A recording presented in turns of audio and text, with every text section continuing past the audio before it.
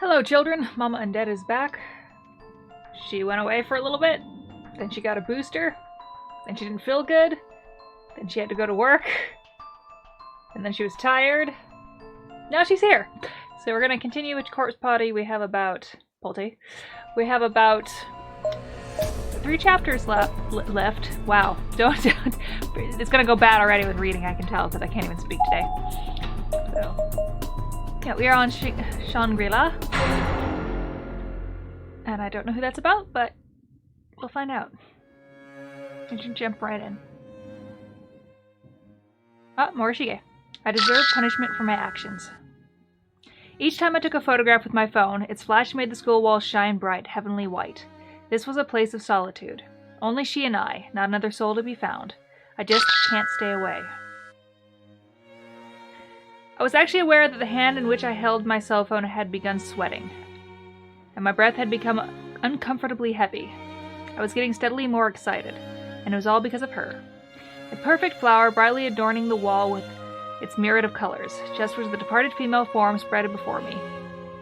But that's Mayu. When I first encountered her, it took me several moments just to comprehend what I was seeing. I'd never beheld a person with such grievous injuries before. I'm not even certain the word injuries would apply in a situation like this. What state of mind could have caused someone to do this to another human being? I was certain this action had been brought by human hands, largely because both of her arms had been nailed to the wall with construction-grade linchpins. Based solely on the dug-out abdomen, seemingly without the use of tools, the intestines lying on the floor, the smashed eyeballs, and the exposed jaw.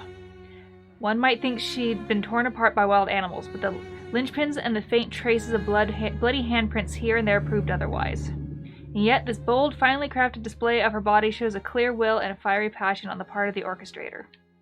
The blood that splattered far and wide shone in my flashlight like a bright red flame, while chunks of flesh were strewn about like flower petals. Wow, this guy's disgusting, isn't he? Oh well, that's guess what we can expect from Shig. This flayed, eviscerated corpse with arms outstretched and nailed to the wall brought to mind images of Jesus nailed to the cross. But she was even purer than that. There was no self-sacrifice here, no lesson to be taught. Whoever did this clearly had fun with it. They enjoyed killing her. They enjoyed destroying her. I suppose there are animals who kill not for food but for sports, leaving the carcass of their prey behind. Of course, even intelligent animals like the lion, monkey, and dolphin can be subject to occasional exclusionism and abuse within their ranks. Yet only humans possess the capacity to turn their violent impulse into art. Can that truly be all there is to it, though? My internal monologue had become soliloquy, if only for a moment. What was it about this girl that fascinated me so? That it's the girl you like? Witnessing the aftermath of murder's action did provide a certain freeing sense of childlike helplessness, to be sure. But why had she, in particular, stricken my fancy? This whole school is like a veritable corpse party. I've seen so many other bodies since I've arrived here, but none like hers. The moment I first laid eyes on her will stay with me forever. Or always. Not just the sight, but the smell too, hanging in the air like steam after a hot bath. She was young, junior or senior high age. But that's about all I could determine. Her uniform was tattered and soaked through with blood, and there was no student ID name tag to be found. The only reason I believed her to be a she, in fact, was due to the presence of a makeup bag, an ornate tortoise-shell jewelry box on the ground nearby, and the fact she's got boobs. I don't have the slightest clue who she may be, so why are they trying to, not the obvious? She is probably a girl. She has boobs, and in that grade, probably has not had work done, or hormone therapy yet. Just, plausibility. Unless it's, he's assuming maybe the bra is padded or something. Anyway, I don't have the slightest clue who she may be, so why am I so drawn to her? Please tell me, who are you? Well, you're about to find out. The alarm on my cell phone sounded as if in answer. Oh dear, is it already this late? A production of The Barber of Seville was airing on the MHK Educational Network that evening, and Mayu had asked me to record it for her. Being away from my TV at the time, I'd set a few reminder alarms on my phone to sound at regular intervals beforehand. Mayu was most renowned for her love of sweets and accessories and such, and I often wondered if anyone else knew how much she enjoyed the works of Rossini. I need to find Mayu. She's lost without me. Ah, bright and beautiful Mayu, beloved by all who knew her. I was the only one aware of her weakness that lay within her heart, therefore I was the only one who could truly protect her. Speaking of weakness, I wonder what's become of Mochita's little sister. I certainly enjoyed chasing her around earlier. I gave her quite a fright.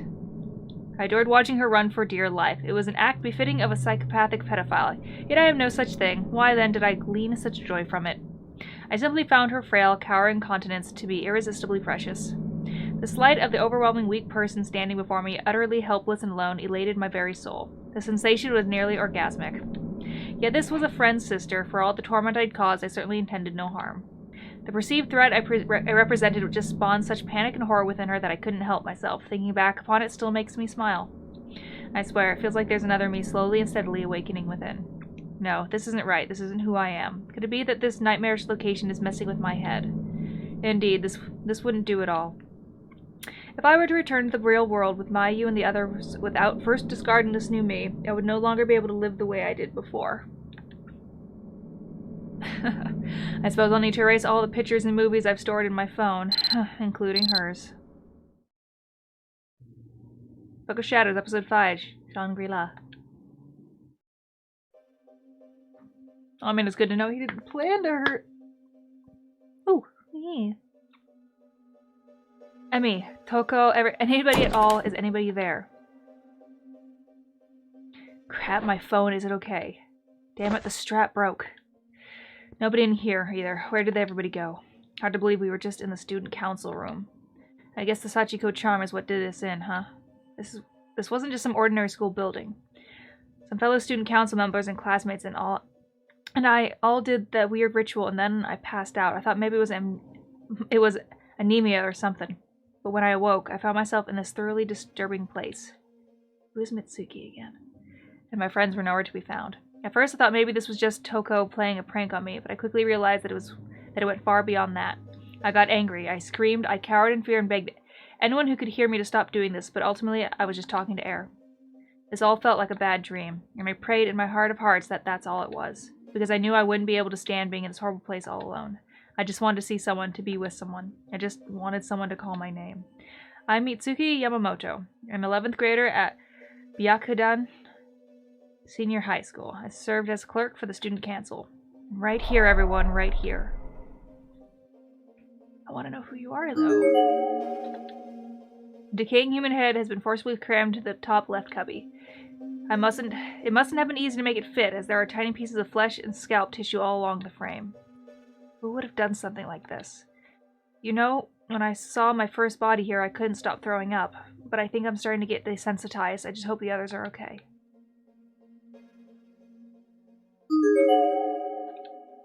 There's numerous indoor use cubbies. Much old-fashioned the ones. Okay.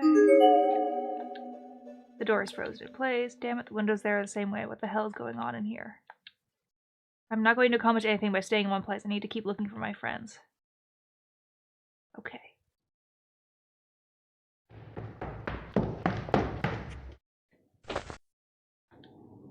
Mitsuki! Who's there?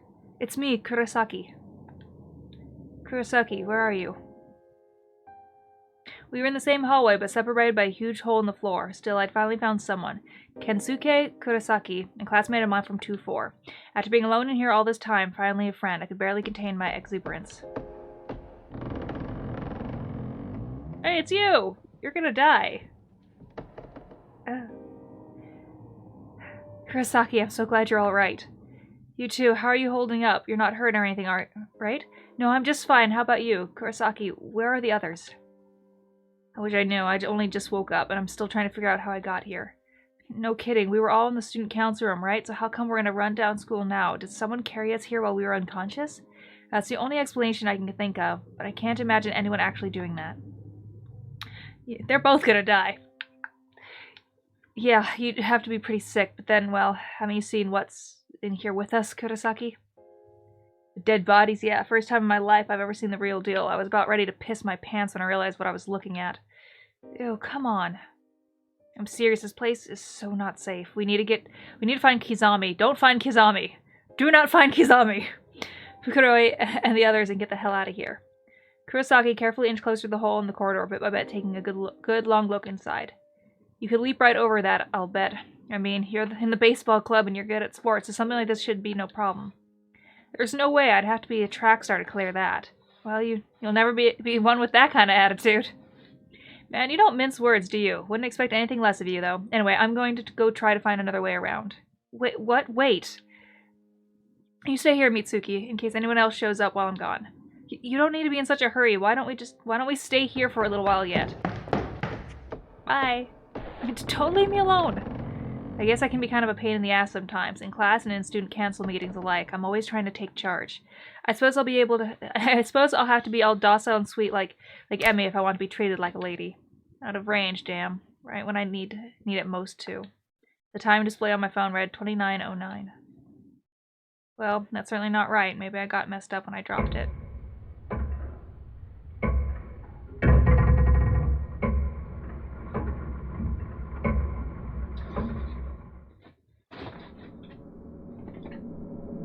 Kurosaki's taking an awfully long time. I sure hope nothing happened to him. Hey, anybody there? Kurosaki? I'm here, over here, Kurosaki. Mitsuki, is that you? Fukuroi. Hey, it's you. We never met you in the other game, I don't think. Thank goodness, I was looking all over for you, Mitsuki. Aren't they lucky to all have come to the same void? It was Masato Fukuroi, a classmate of mine and the student council president. He always had a scowl on his face and dug his heels into the ground on everything, but right now his cold obstinance was as welcome as could be. Fukuroi, I'm so glad you're all right. Wait, wasn't it actually exactly the same thing I said to Kurosaki? I really need to get some new material. I'm sorry you caught me right as I was starting to panic. I mean, we're in a horrible place and Kurosaki wandered off. Slow down, this isn't like you, Mitsuki. Are you saying Kensuke is here too? Yeah, he was on the other side of that pit, and since he couldn't figure out how to cross it, he just ran off to find an alternate way around. I see. Jumping the gun as always, then. Have you found anyone else, Fukuroi? What about Toko? I'm afraid not. No Okawa or Katayama either, and no Kizami. Well, Kizami's probably fine by himself. You might be right. He's strong in body and strong in will. I doubt even a place like this could bring him down. At any rate, once we've reunited with Kurosaki, we should make finding others our first priority. Maybe we should try to find an alternate route around this pit ourselves then. Is that really such a good idea, though? What if Kurosaki gets here after we've already left? Then he'll wait for us, and if we set about finding our own route, there's a good chance we'll run into him along the way. It might happen upon the others, too. You're right, we can't just stand around or we'll never get out of here, and I have to admit I'm worried about Toko and the others. Me too. We have to confirm the safety of everyone from Byakudan as soon as possible. The door to the art room is locked up tight. They just wanted me to know that before I continued. Okay. I gotta remember the control. That's not the control. Wrong again. Okay, let me see. Oh, there we go. Okay. It's been a little bit.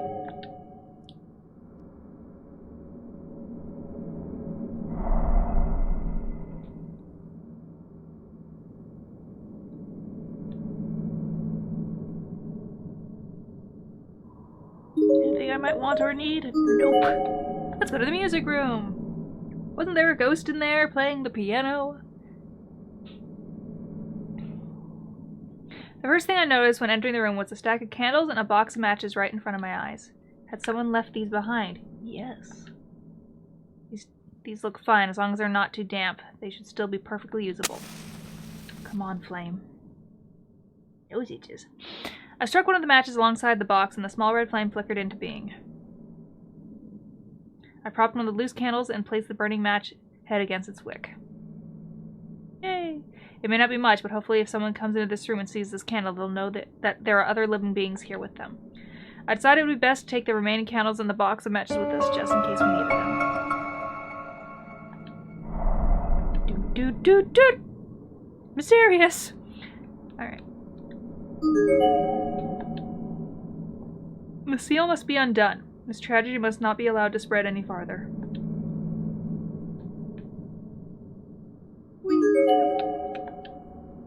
Fukuroi, look, there's something in there. Something small was firmly jammed between two of the keys in the piano. It seemed to have been wedged in with tremendous force, making it impossible to move either with the surrounding keys. Yeah, there's definitely something there, but I don't think we'll be getting it out anytime soon. You need something we could fit in the tiny space between the keys in order to pop it out.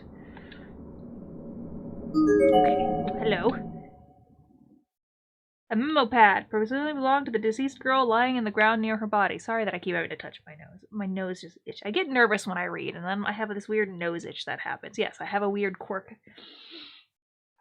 It looks like she was using it to chronicle her experiences here in the school, and then sometimes it's just a hair, and I don't know if I'm nervous or it's a hair from my head. Experience in the school building. The letters are written in pink ink and are easily legible. I did the Sachiko ritual with Nozomi and the others. And then, all of a sudden, I was out like a light. When I came to, I was here, surrounded by corpses. I can't even say how many times I vomited. I want to go home. We three have to stick together. If we don't, I think we're as good as dead. Like that high school student we met yesterday. There's nothing left to eat in here. I think we've been here a week now, but it's hard to say for sure. I really want to take a bath. And brush my teeth, too. The three of us talked it over and decided to eat that dead body. It was tough and bloody and felt and tasted so wrong. Reina soldiered through, but Nozomi threw it up. He came again. Nozomi was injured. Now she'll just get in our way. Reina was crying. I was just hungry. Nozomi's not coming. I think she's been killed already. Oh well. If Reina comes, I know what I have to do.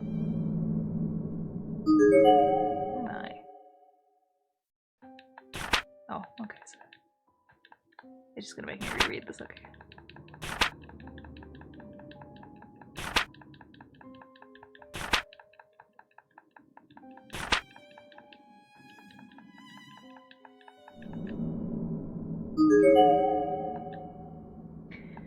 Based on the size, the uniform looks like a body of a female junior high student. Her throat seems to have been torn out, resulting in copious amounts of blood not only on her uniform but pooled along the floor as well. Her mouth, too, is hanging agape and she has no tongue. What was used to cut her apart like this?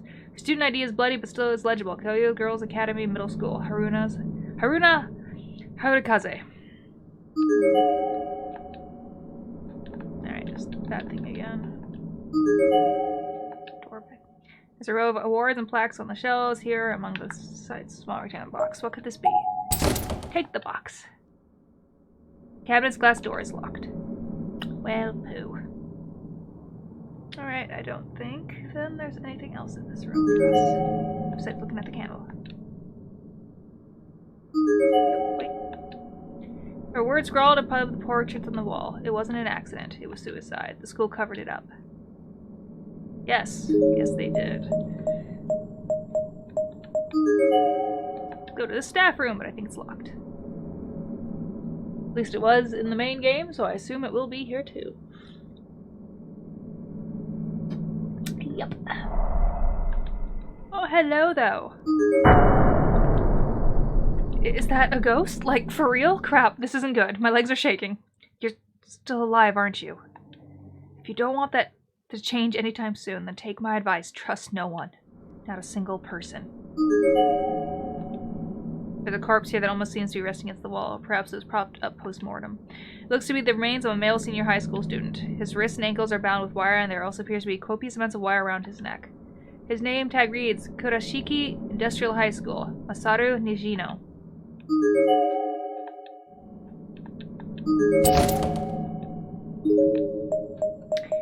Isn't that nice? Let's go to the exit and not get out.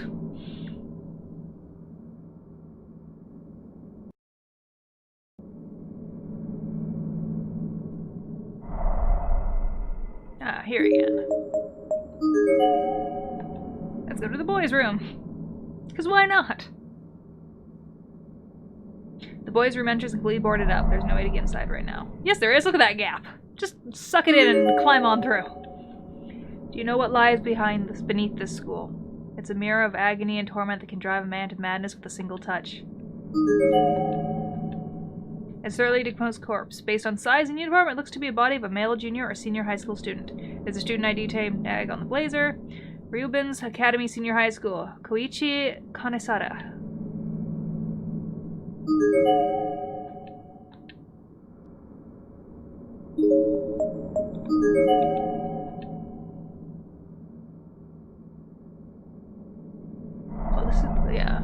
the other building.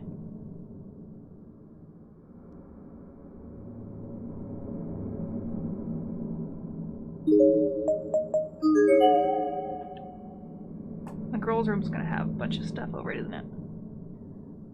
Yeah, it's sealed. The girls' bathroom entrance is covered in protective charms and to be shut up tight. But why? The atmosphere feels heavier here than it did anywhere else, and the door is covered in protective charms. It seems to be shut up tight. It's not even locked, it just won't open. Shinto seals? I don't like the looks of that.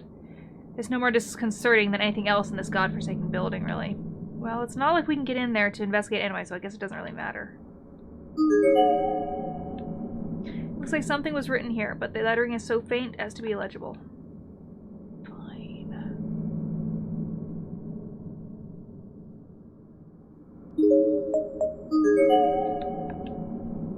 Oh, wrong way. Whoopsies.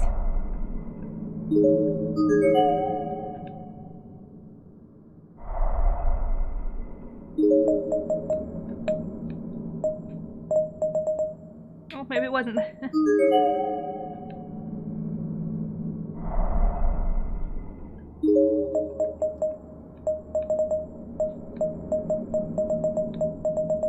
have missed something. I'll have to go step by step. Oh, hello, body. Halfway decomposed corpse. Based on size and uniform, it looks like to be a body of a male junior or senior high school student. Take Taiga. I'm looking for items now. Room.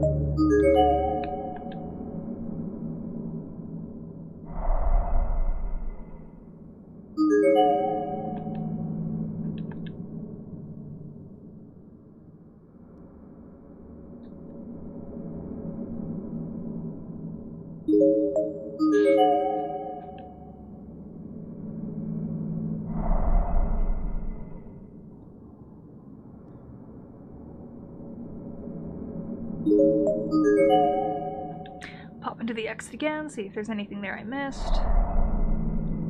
Probably not. Wanna look at the head again, though? No. Oh, hey, there's something shoved into his mouth. Look, there's something in there. Check it out. I can definitely see something in his mouth, but I don't think I can, you know. Allow me. Ugh, definitely not a fan of maggots crawling all over me. Picro dug inside the mouth of the severed head for a few moments, and finally threw his hand. He was gripping something tightly between his now foul-smelling, discolored, and dully glistening fingers. Here, I've got tissues. Ah, thank you. It seems to be a key of sorts. Ah, yes. After thoroughly wiping off all the maggots and bits of rotting flesh, the item Fukuro produced from the head took on that classic look of an old copper key. I bet I know where that goes. Back to the music room.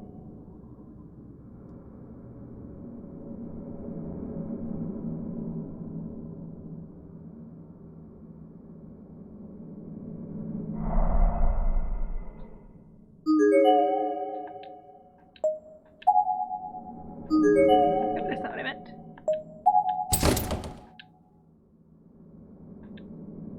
The key! I have a key! Oh, I guess maybe we'll... Oh, jeez, wrong buttons. Okay.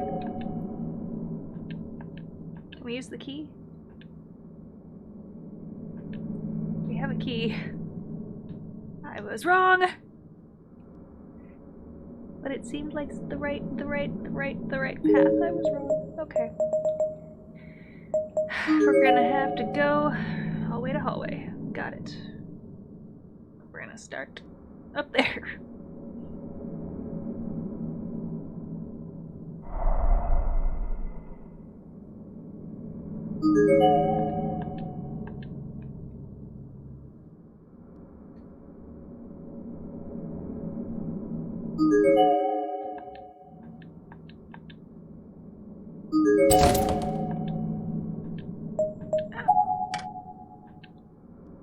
Nope, wrong door. Okay.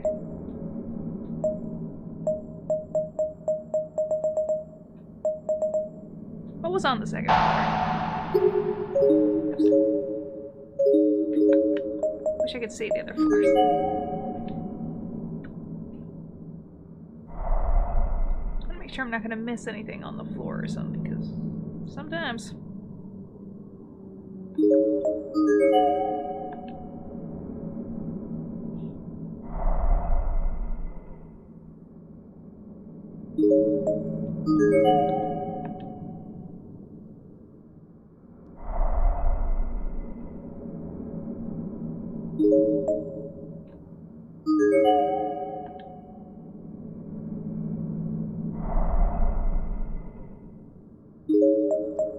Alright, we have thoroughly looked here, so let's go.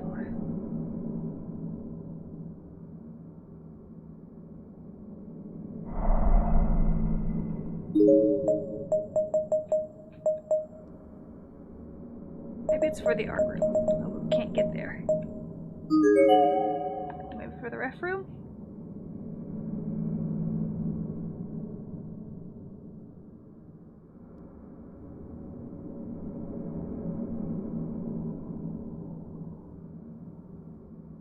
The door and window alike are frozen in place. They're just decorations on the wall. Nothing even rattles, even pushed. Looks like to be a bucket, probably used by the custodian for mopping the floors. There's nothing inside.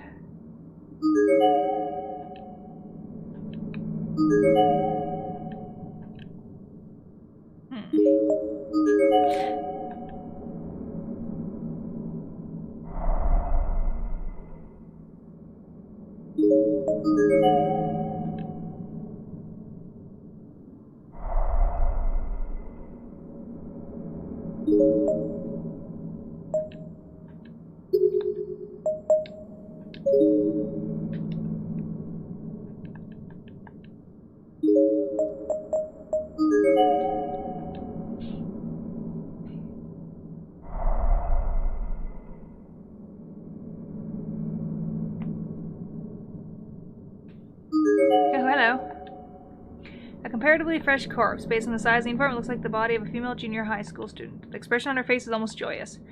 And unfortunately, her student ID is clearly legible. Kyoyo Girls Academy Middle School. Reina Misato. There's a piece of scrap paper on the floor near the body. It seems to have been torn out of a larger memo pad. Several lines are written on it with pink ink. We left a note from Nozomi telling her to come to the staff room. There's no turning back now, but I shouldn't feel sorry for her.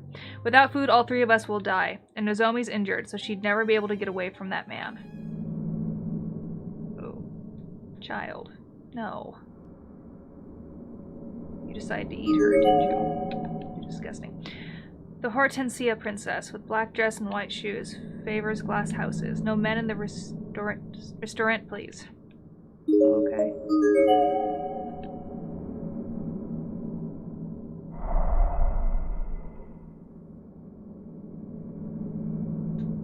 I almost feel like after reading that I need to go back to the staff. Oh, hello! Somebody stole my head. Give it back. Maybe I can be of some help to you if you do. What should we do? Good question. I never did believe in the paranormal before, but after everything we've seen here, I don't think I can be skeptical any longer. That's not what I mean. I'm asking if we should help this person with his problem or not. What do? We need to find our friends, but this poor soul has it a lot worse than we do. Well, he does seem to be quite a bind. If we can do something for him, I see no reason we shouldn't. Yeah. I agree. Maybe if we do, he'll help us find our way out of here.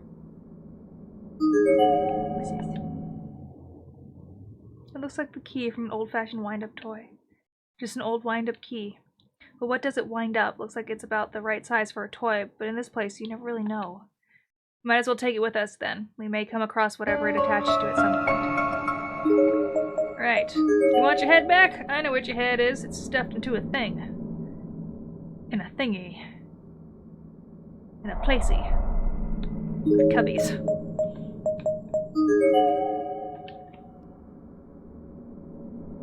And you had a key in your mouth. And I took it. Because I'm rude. You didn't think you were going to finish it.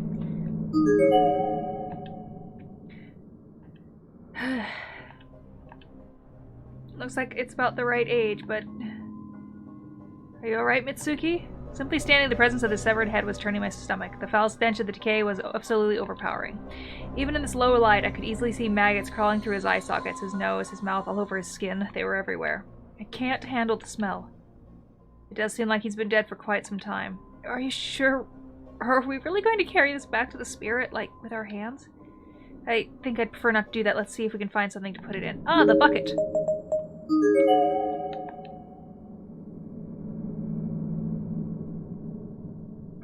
Because I'm smart. S-marty.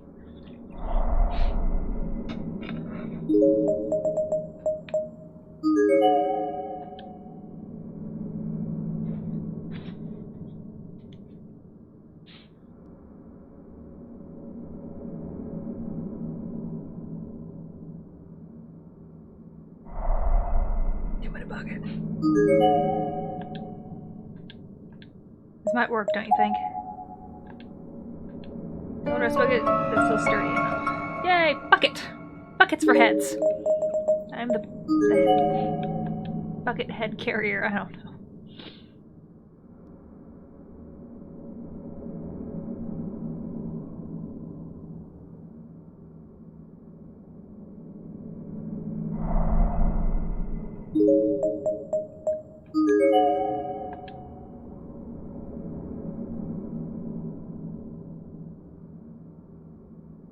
Alright, let's put a head in a bucket.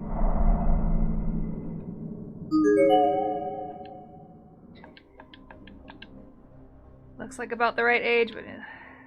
Alright.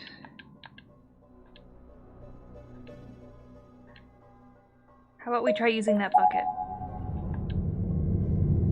It looks like it'll fit. Yeah. I'll do the honors. You hold the bucket, okay? Okay, thank you, Fukuro. No problem. Fukuro used his hands to dig the head out of its cubby hole and plop it into the bucket.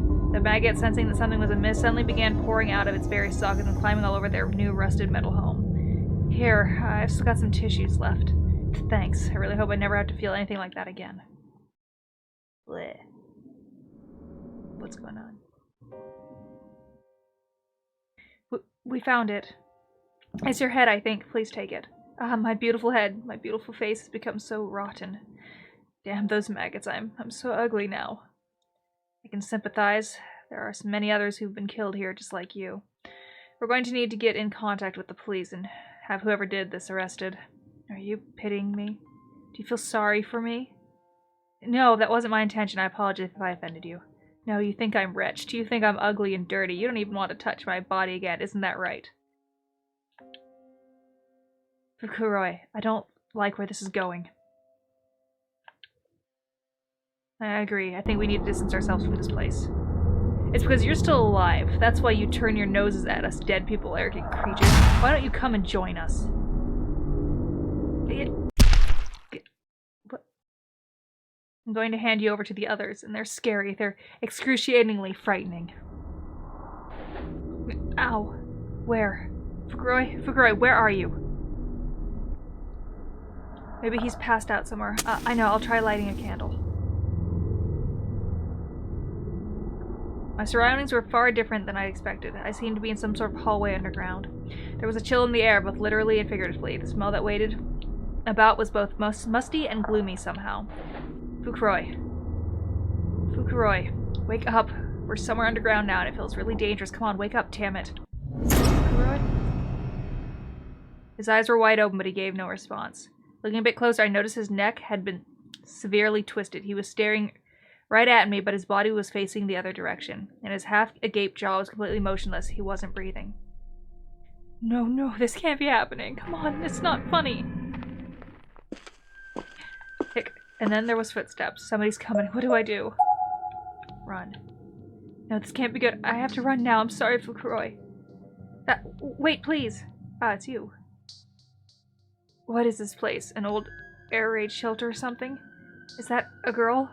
In a place like this? Maybe she got trapped in here too, just like us. I might have just killed myself. Hey, little girl, it's dangerous in here. You're... Who are you, lady? Are you a friend of that bad man who kills people? No, not at all. Don't be afraid. I ran away from him too. You've got a lot of blood on you. What happened? And who is this bad man who kills people?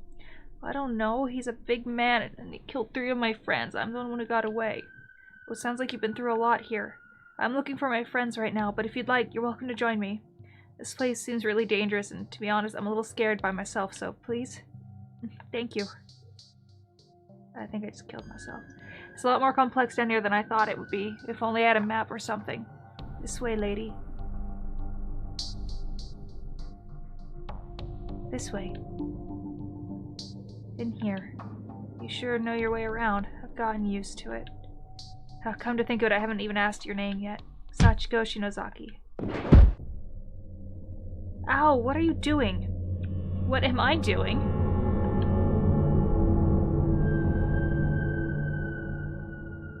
What kind of room is this?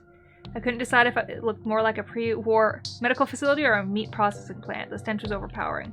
Not only was the smell of rotting flesh everywhere, but their air was stale and thick. The room seemed to have no ventilation to speak of whatsoever. My eye was first drawn to the blood-splattered table, then to the many other instruments, all stained with dried blood and sprinkled liberally with viscera. And then I saw it in the back of the room. Oh god, is that? There's definitely more meat processing than medicine going on in here. What I saw was literally a pile of human remains, every one of them flayed open or torn apart. It was almost like a stack of discarded butcher scraps. No, what the hell is this? God, no god. See people you know in there? Which ones? I'll give them back. One part of them, anyway. Ugh. There you go, let it all out. You'll feel better. Why? Are you calmer now? Then let's begin. Oh. What do you plan to do to me? Whatever it is, don't. Stay away. Everybody always says that. But it's not like it ever works. I did the wrong thing. Hey, half-wit catcher. There you go, now string her up. The large man seemed intent on obeying Sachiko's every command. He drew near me, slowly and robotically. There was no emotion, no sense of urgency, just a man walking across the room to do his job, whether I like it or not. I have to run. If he catches me, I'll be... Get back! Playing tag. The exit over's there, but can you make it? Get back!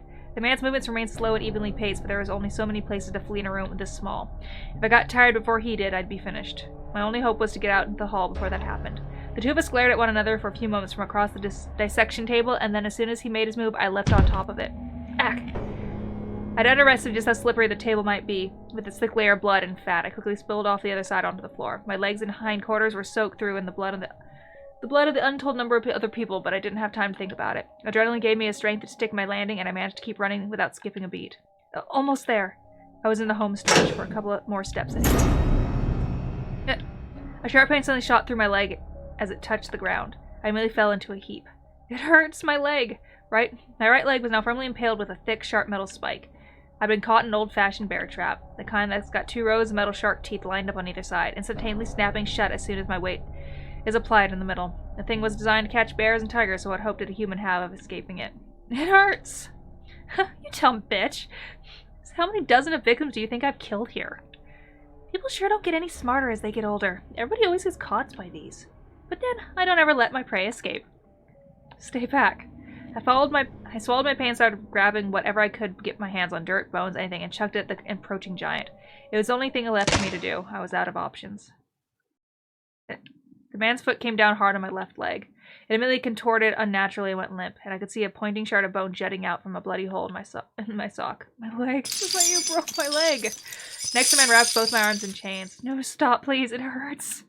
As he pulled on the chains, my leg muscles also tightened around sharp metal spikes and compound fractures. The pain was literally unbearable. I get it. I got there. I did the wrong choice. In my half-unconscious, agony-addled state, I was just barely aware of being raised into the air by my arms on some sort of pulley system. Why are you doing these horrible things? Just let me go home. I won't tell anyone about this.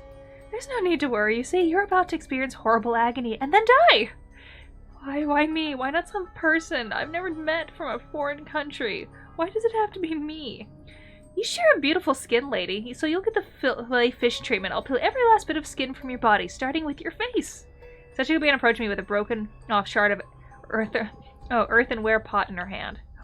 No, God, no. It's so springy. If I wear this, I'll look more grown up. An intense pain shot through my entire face. An undiluted primal scream escaped my mouth unwittingly, as if I were throwing up blood. but not a living soul was around to hear it. There was absolutely no way for me to resist anymore. All I could do was lie limply, strung up along the walls, and feel my skin getting peeled away. Sometime amongst the throbbing, shooting, burning, electric agony coursing through every nerve ending, overseen by the girl's sneer, I lost consciousness. The very last thing I saw before lapsing into eternal slumber was a familiar strip of skin being flapped about merely in Sachiko's hand. It was my own face, perfectly flayed across from my head, staring back at me with blank eyes and flanked by Sachiko's overly delighted grin. Wrong choice. Got it. Sorry, usually when feet come towards me, it tells me to run. Alright.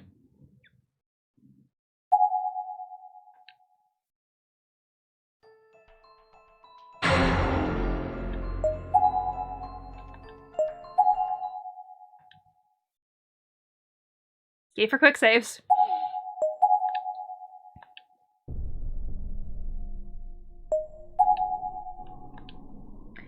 It's a person. Maybe it's Kurosaki, Toko, or one of the others. Over here, I'm over here. Hurry, there's been an accident. Footsteps drew closer and closer, and then finally the figure making them came into view. Oh, well, that's not good. So sorry, I thought you were, I'm from well, that's not this is lying to me. Grade 11. What the hell's wrong with me? Why am I introducing myself? This is clearly not someone in his right mind. My name is Mitsuki Yamamoto, and my friend here has been gravely injured. He's got an axe or something, and he's covered in blood. He's probably the guy who did this to Fukuroi. We just kind of woke up here, and we didn't know where we were, and we saw bodies all around us. And run, you dote! Run, Mitsuki! Will you help me?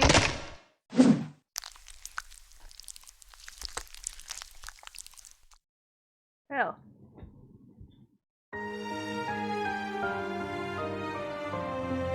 Wait.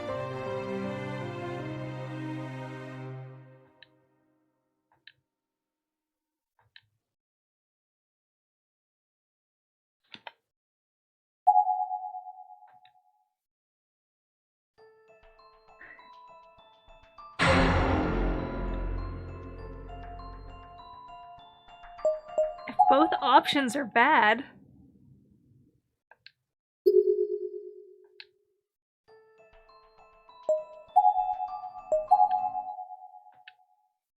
Then we don't bring him his head?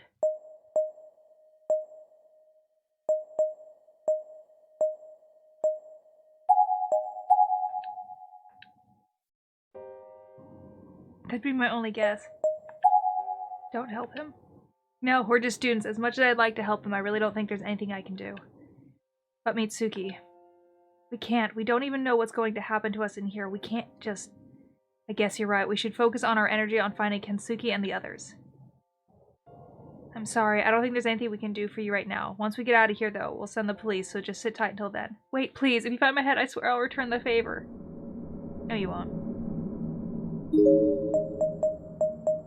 I die if I do that.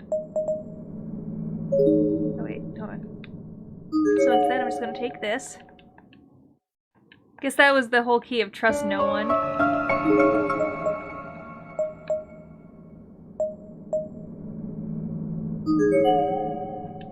Oh wait, I can't get that far. I forgot the hallway's blocked.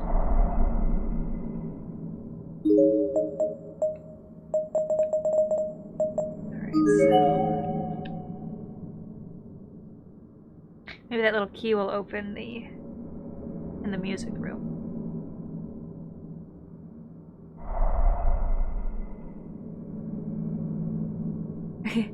Well, you were doing... I thought you were going to anyway,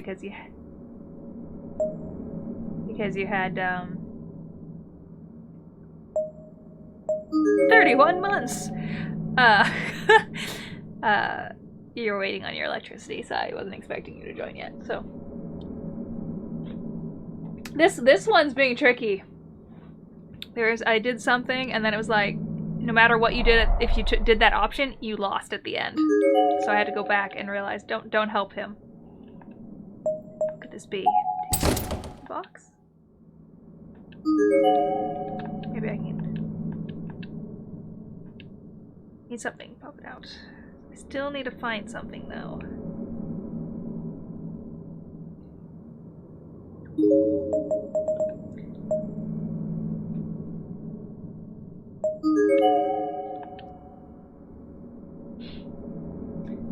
then I need to find something. Somewhere.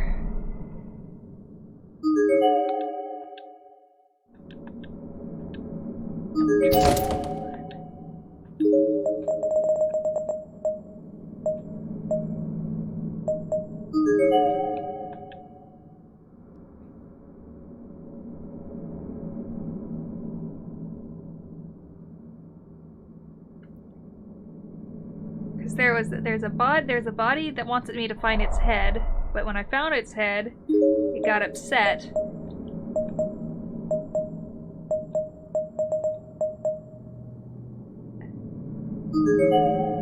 And so I know that wasn't the answer, because when it got upset, it sent me into the underground area, but both answers of running or not running, you die. So I can't help him.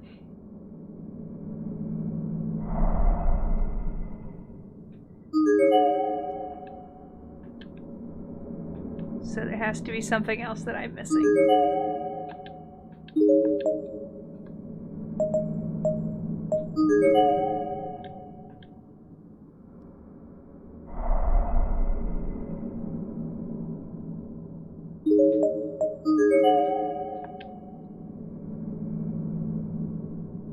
It is ungrateful, those bastards.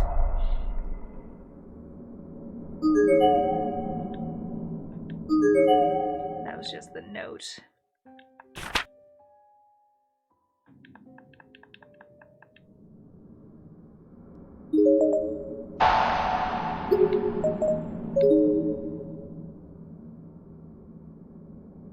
Indeed, some ghosts are just assholes.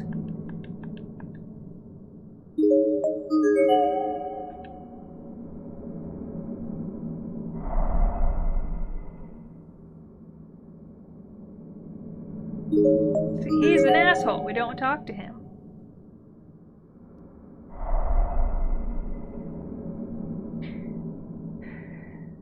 I have items.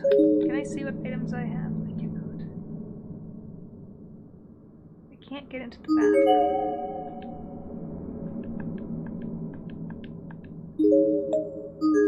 Alright, more name tags.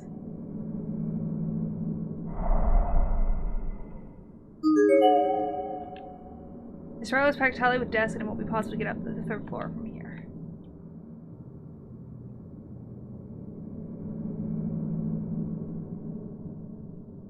Are you sure?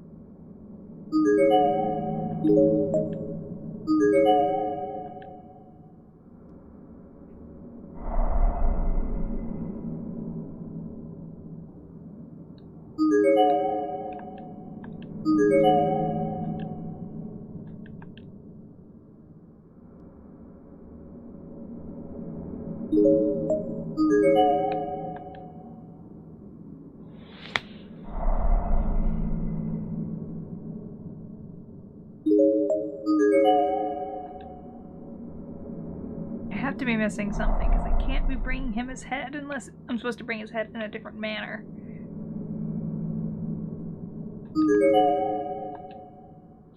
Being alone is scary. Being with someone else is even scarier. Stay alert. Don't let your guard down.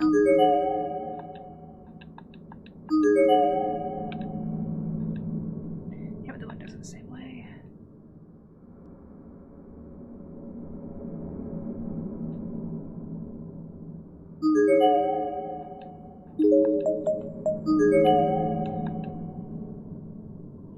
What kind of issues?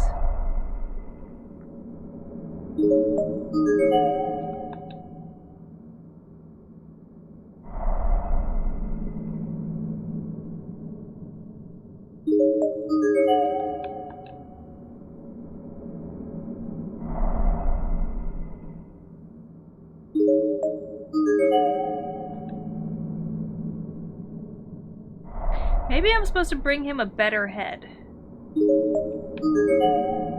Maybe I'm supposed to take the head off of some other corpse. Like his or something. I don't know.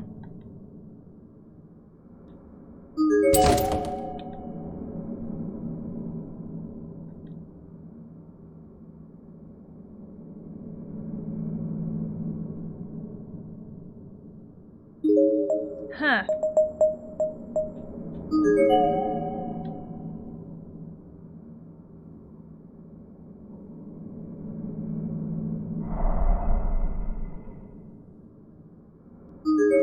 Oh, hello.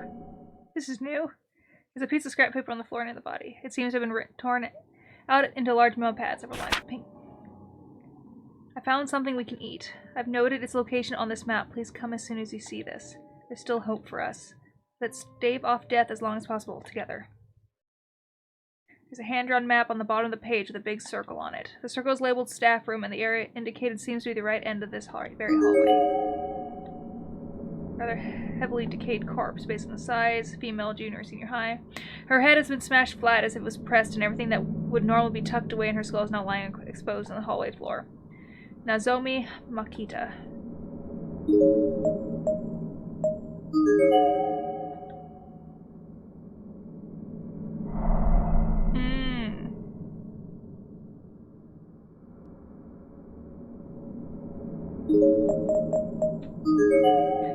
Seems like someone needs to go have a talk with those people.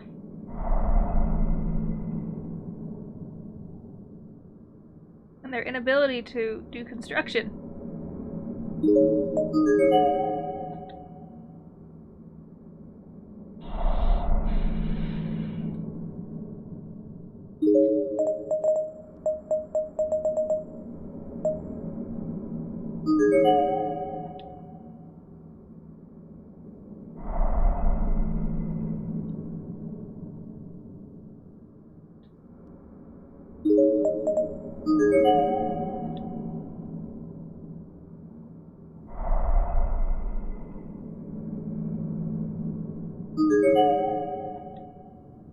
The large hole.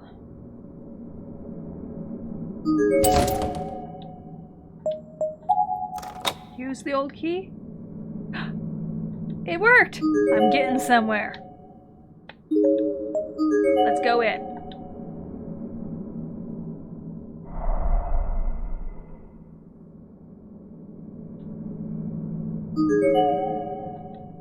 There's a plaster model of a human arm on one of the shelves. Maybe it was used for sketching. The fingers are all stained red as if covered in blood. The hell is this?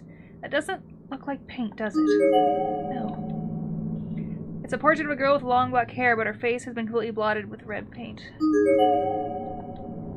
It's faint and almost invisible from a distance, but there appears to be a painting of a white rose on this canvas, or maybe it's just a water stain. There's quite a lot of objects on these shelves and in these drawers, but every one of them is fixed in place as if they're all just decorative accents.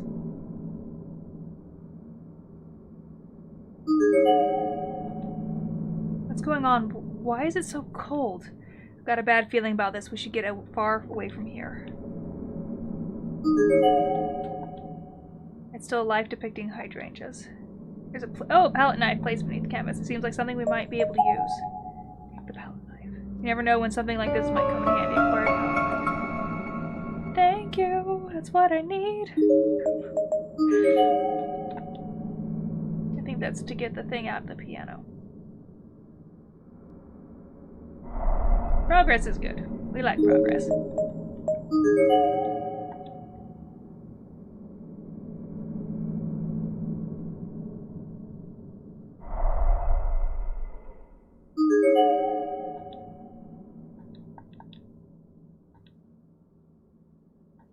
Hey, what about the palette knife we found in the art room? Try it. Fukuroi took out the palette knife in hand and started digging between the keys of the piano with it, as if attempting to dislodge whatever was stuck. It took a lot more effort than expected and created an unpleasant scraping sound that kind of hurt my ears, but ultimately... Alright, I got it. It's a key, totally different shape and size than the one we used to open the art room to. Fukuroi handed me the small key, which I immediately pocketed. Will it open this, or will it open the other door? There's a row of awards and plaques on the... Oh, that's not what I wanted. Take out the box. Let's try using the key we found at the piano. The key turned without any resistance, and a heavy glass door opened right up. I removed the rectangular box from inside and marveled at the feel of the wood. It was made of pahlawania, making it smooth and lightweight. Yes. Let's have a look inside, shall we? Doesn't seem dangerous or anything. Hope you didn't just jinx us. I wouldn't worry. Even if there's a bomb in there, I'm sure you'd be able to handle it just fine. Isn't that supposed to be the girl's line? I couldn't believe I just laughed. I guess Fukuro Settle's overtly serious, deadpan reaction had become a source of strength for me. I can't even describe how grateful I was just to have him there. He was like a pillar of strength. With that in mind, I fiercely opened the pahlawania box. Inside, wrapped in silk, was a small wooden board, inked with calligraphy. What is this? It looks like the kind of thing you'd see at somebody's grave. That's exactly what it is. It's a wooden grave tag, a kind of protective charm. It's the sort of thing they burn at Buddhist cedar stick ceremonies. I wasn't particularly well versed in Buddhist practices, but in a place like this, any sort of protective charm seemed like a good item to have. Ooh, maybe so when I get the head, it'll protect me. That'd be my guess.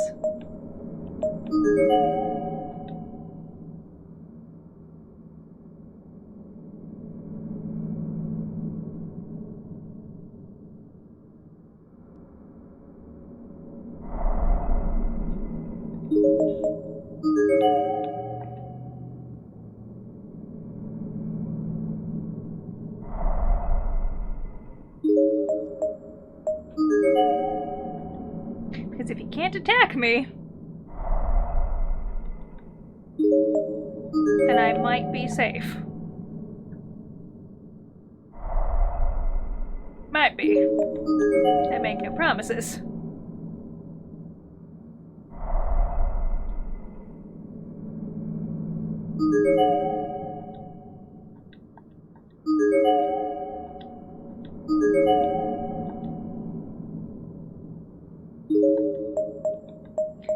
I know where your head is, sir.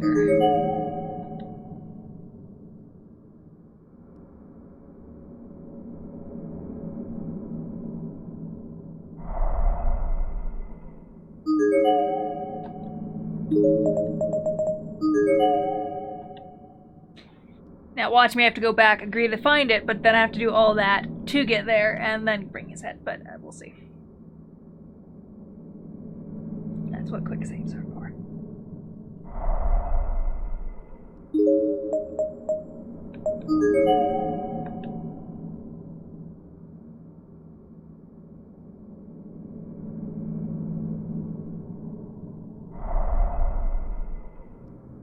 Your head is right here, sir.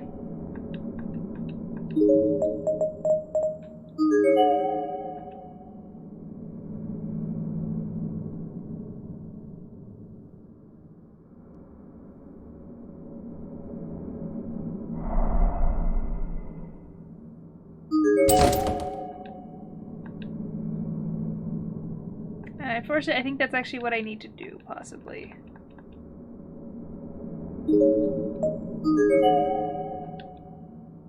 Which sucks if so, but that's life, right?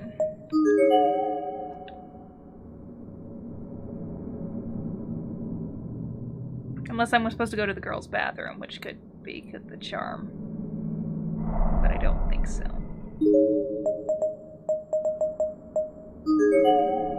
I'm gonna double check the art room real quick.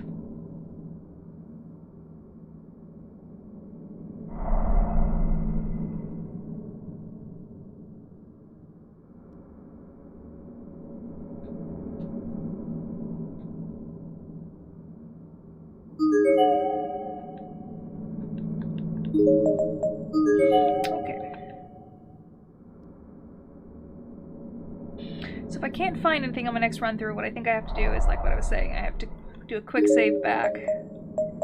Offer to find the head.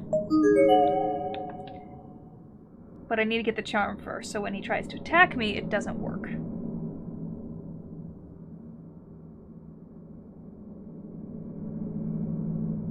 Because that's currently the only thing I can think of other than...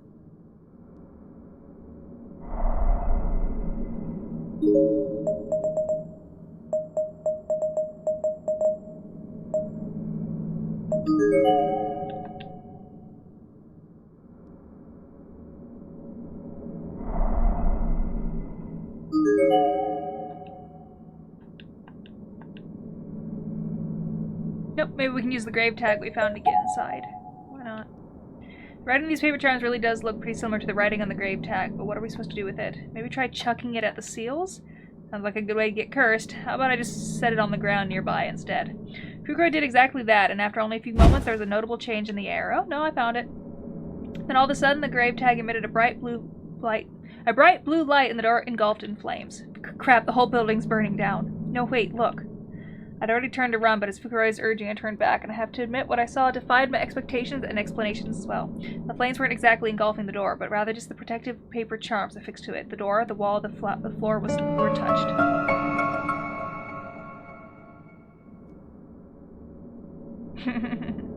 After several seconds of burning, the paper charms are completely vaporized, and the flames dutifully vanished, as if they were never even there. Oh, look at that. I'm figuring it out. But I'm glad I checked the bathroom first. Oh, hello. There's a body hanging from the ceiling beam, swaying back and forth ever so slightly. It's completely decomposed. By judging by the uniform, it was probably a female senior or junior high school student in life. Behind the swinging corpse, there's a suspicious hole visible in the back wall. And all around it, on all sides, there's graffiti, exactly the kind you'd expect to find in a public lavatory. From dirty drawings to for good times. Call me, I'll be waiting for you. Dead cat in class 3 lockers. I'm watching you from up above, from 3A loves. Japanese studies teacher, Mrs. Just Die Already, you pervert. There's a name tag on the girl's uniform. Rubens Academy Senior High School. Moeka Natsuno. The water in the basin is brown and thick. The drain must be completely stopped.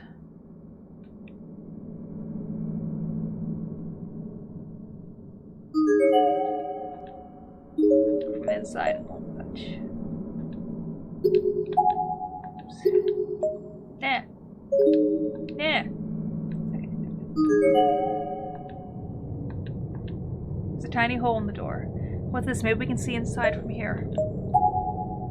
Take a peek. Maybe we can see what's in there from this hole. Mitsuki, come on. Put my eye up to the hole. I saw the telltale giant of another eye staring back at me from within. Nope. What is it? Somebody's in there, was looking back at me. What? That can't be. You don't see any feet along the bottom of the stall, right? Iris, stop! Let me have a look. I had to confirm something. Fukuro ducked down and peeked in through the hole exactly as I had. Ouch. Fukuro, what happened? Are you alright? Fukuro, no, you're joking, right? Fukuro fell onto his side, and as soon as I could see his face, I noticed that his right glasses lens was cracked and his right eye was bloody. On closer inspection, I noticed a round hole in the lens, as if a small stick or a fat needle had been instantaneously driven through it and deep into his eye. Fukuro, please stay with me. There was no hint of a response. He just kept subtly convulsing as if he'd been electrocuted. How had this happened?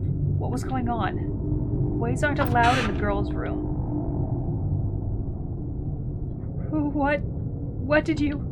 The stall door opened, revealing a little girl with an eerie blue glow about her. She looked to be around grade school age, a 5th or 6th grader maybe. One of her eyes had been completely pulverized, but her face showed no indication of pain. Rather, it had a certain stoic quality to it. It was unreadable.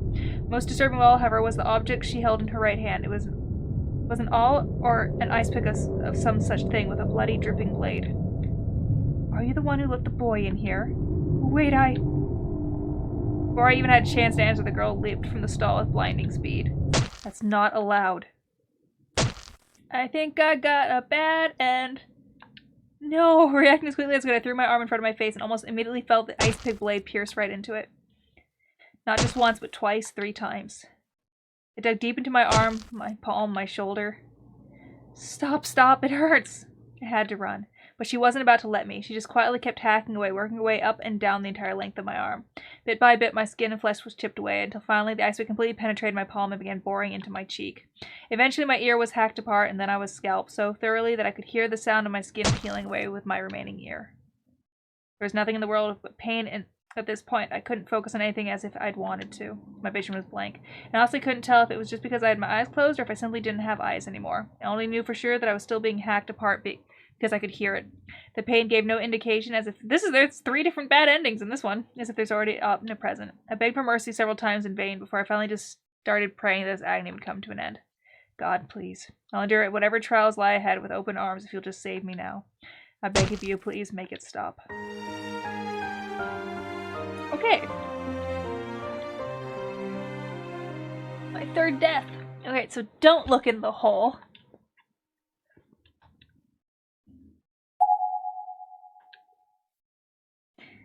This level's tricky. It's tricky.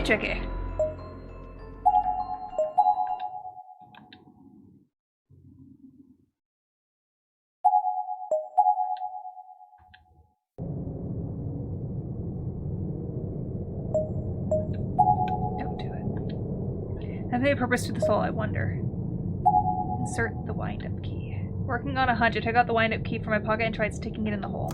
Surprisingly, it was a perfect fit. I then tried turning it, and with just a little bit of force, it spun 180 degrees to the right and produced a loud click. I guess it wasn't for a wind-up toy after all then. Seems like it flips some kind of switch. A switch. It doesn't seem like anything changed, though. Wait, look at the hole. As if on cue, a single hairline stream of blood began oozing out from behind the wind-up key. It slowly wended its way down the door and formed a gloppy pool at its base. The whole room then filled with a pungent odor all at once. The smell seems... It's nothing. Oh. Another earthquake.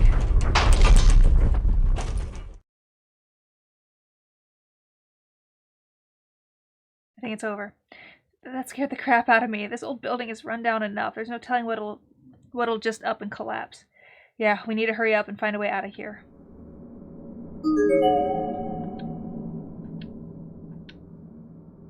Oh, strange.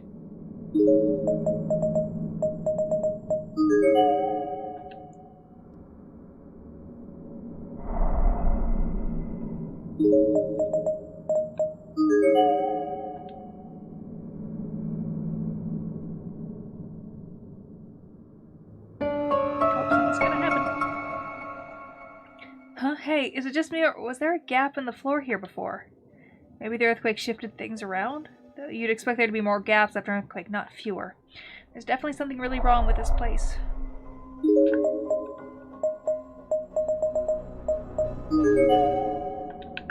Go into the ref room first. That's not. That's okay. We're just gonna look. Nothing. Alright.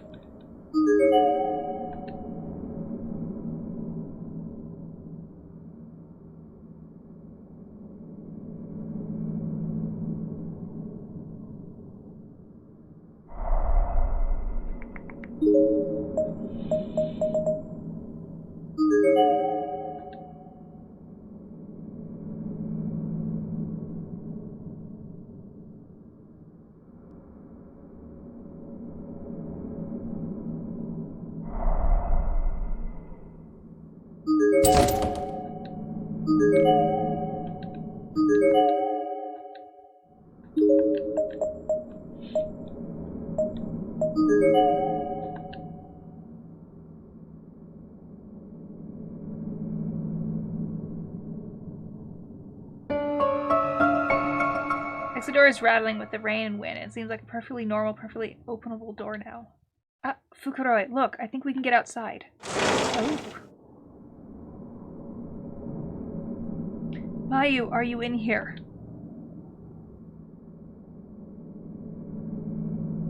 No luck. Oh, Mayu, where could you be? Another dead body. What in the world is going on in this school? Mayu mustn't be left by herself in a horrible place like this. I hope she's at least with Miss Yui or Mochida.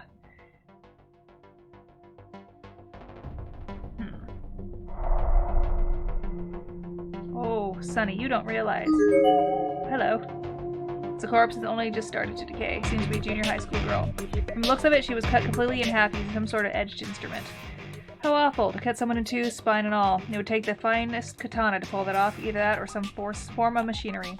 The blood spray is primarily on this side, so I guess she was attacked from the front. What's this? I noticed a notebook partially jutted out from her pocket. It's one of those cat-themed spiral notebooks that all the rage with teenagers these days. There must be information in here relevant to escaping this hell. I apologize for the intrusion, miss, but I feel I must take a look.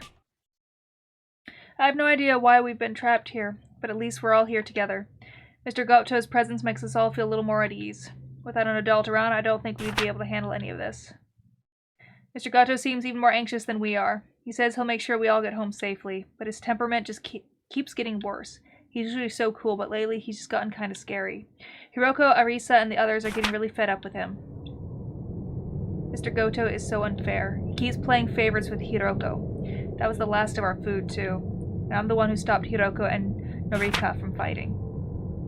Mr. Goto is dead. No help here, it seems. Aren't there any clues to be found? Yet, hey, you, got any information for me? Talking to a corpse, I must be losing my mind. How strange, though, that I came face to face with the dead now and not bat an eye. Perhaps my sense of fear has gone numb. Up until not long ago, this girl was just like me, breathing, thinking, living her life, but look at her now, nothing but a foul-smelling pile of meat. She has such a pretty face, but before long that face is going to rot, and not a soul will ever want to look at her again. Come on, Shig. Hey, you there, what are you doing? Nothing of substance, just trying to find clues as to my situation here. Alright then, I just heard a voice over here, and it got me wondering. Shugo Taguchi's the name. As you can see, I'm a cameraman, though not the artistic kind who's planning on hitting the indie film circuits or anything. Came here to get footage for a special report, but I got separated from my boss along the way. You coward, you ran. How about you? I got myself lost in a school building, and I'm presently searching for a friend. Uh-oh. You don't mean the girl on the ground over there, do you? No, I've never met her. Whew. That's good. Well, kinda, I guess. And I may ask your name and the name of the friend you're looking for, too, while I'm at it. I'm Sakutaro Marashige, and the girl I'm looking for is named Mayu Suzumoto. She's short, smiles a lot, and has a generally cheerful countenance. Really. Suzumoto, huh? Suzumoto. Cameraman named Taguchi suddenly flipped out the LCD screen on his camera and began rewinding through footage. What are you doing? Well, I don't want to sound crass, but I'm checking through the footage I've captured since coming to see if her name comes up at all. I intended to file a police report when I got back, so I've been gathering information on all the dead kids I found here, like from their name tags. Bite your tongue! Don't you say such stupid things. Mayu is alright. I know she is. Sorry. If it makes you feel any better, I don't see any names Suzumoto in any of my footage, and may I say, you're really, really brave. Oh? Well, whether you're looking for a friend or not, you really seem to you're all into searching that body, you know? You're the one taking videos of corpses. Well, being a cameraman is kind of a strange thing that way. As long as I'm looking at them through the finder, it's all just business to me. But if I try to look at them with my bare eyes, I freeze up. There's a famous story about a battlefield cameraman whose camera broke while he was out on the job, and he literally started crying like a baby. I see, that makes sense. You're not too interested in any of this, are you? I do have a tendency to run my mouth off sometimes. Naho is always scolding me for that. Hey, I know. How about we search for our companions together? What do you say? No, I'm sorry. I appreciate the offer, but I'd prefer searching alone for the time being. I'd hate to get in your way, after all. Like how I'm going to tag along with him with a motor mouth like this. Besides, he's my elder, so I'd have to mind my manners, which I really rather not do. Okay, well, then how about we arrange to meet again? There must be EMFs in here or something, because nothing can keep time in this damn place. What we say we try meeting up after an hour, give or take. I mean, we should both count ourselves lucky to have run into another living being, and I'm sure an exchange of info must sound good to you, no? Alright, if that's what you want. Okay, that's settled then. You take care now, you hear? Bye.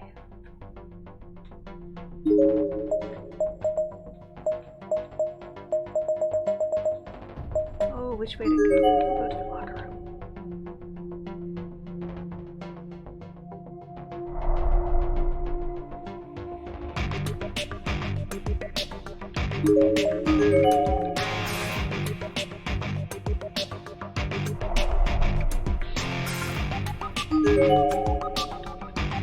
Well, recently deceased corpse. The clothing and general body mass suggests she was junior high school in life. Based on the height of the shower head and the position and body, it appears to have been suicide.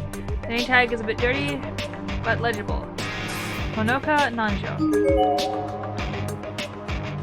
The note near the body neatly folded 3 times. The 4 of us killed Mr. Gato. I talked it over with Hiroko, Arisa, and Norika, and we decided there was no other choice. He may be a nice man, but it was only a matter of time before that changed in here. It's hard to trust anyone in a place like this. And now that the deed is done, Hiroko and the others have started second-guessing themselves. Now they're dead too, and I'm all alone. There's nothing to eat, and I'm starving, so I tried eating rats and cockroaches, but that just gave me severe diarrhea. My lips have dried out, and I've lost a lot of weight. So I've decided to kill myself before the ghost kids or that hammer-wielding man get me. After all this, I finally realized the time I spent with Mr. Gata, Hyoka, and the others was the best of my life. Goodbye, Dad, Mom, and all my friends from class. Please don't ever forget me. No, they're gonna. Because that's unfortunately just what happens. Which makes it kind of sadder if you think about it. They don't want to be forgotten, but then you're forgotten.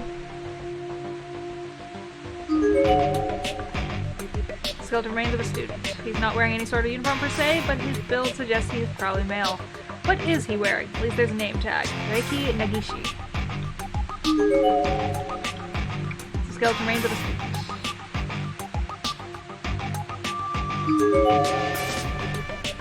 An extremely decayed corpse. Based on the uniform and tall stature, this seems to have been a senior high school boy. Kiyomasa Koge.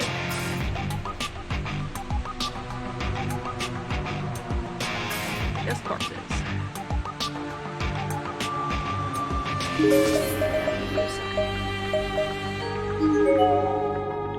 Let's go to the exit.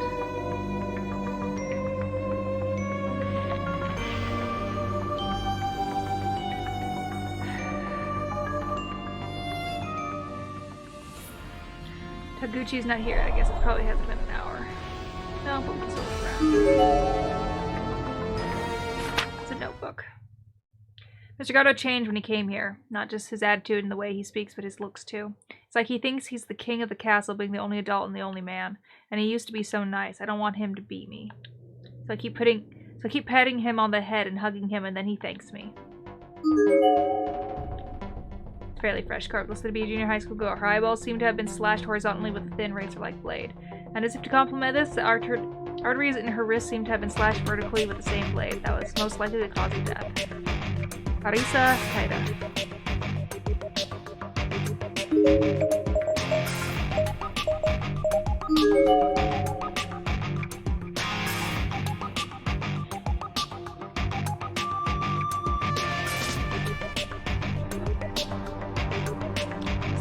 A sudden feeling of dread overcame me. I stopped in my tracks and began surveying the surroundings.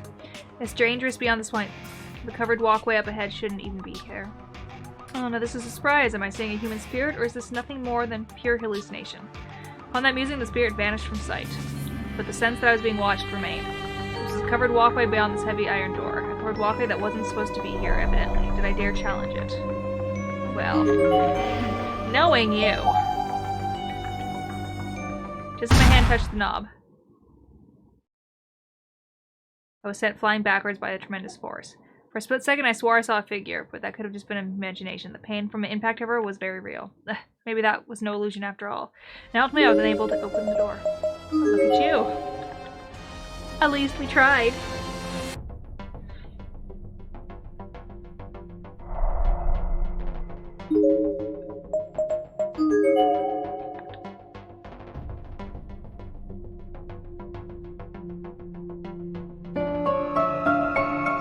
The infirmary is frozen in place. Alright. No infirmary for us.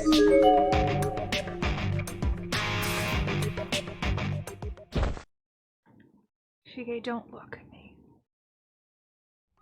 Am I hearing things now?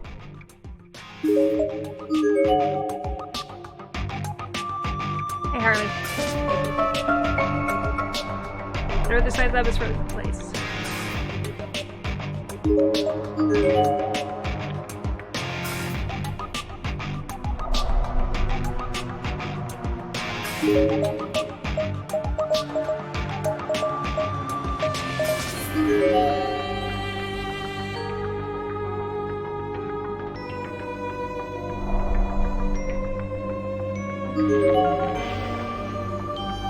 There's some straw paper in the drawer. Here's a photocopied handout. The class logbook is our memory.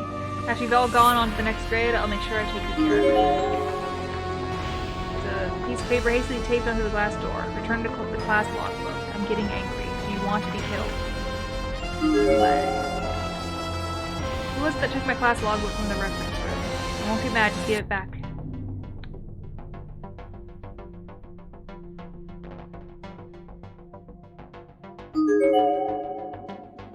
Seems to be a school newsletter of some sort. Disaster training day. To prevent accidents, always be aware of your surroundings. Look before you act. No. There's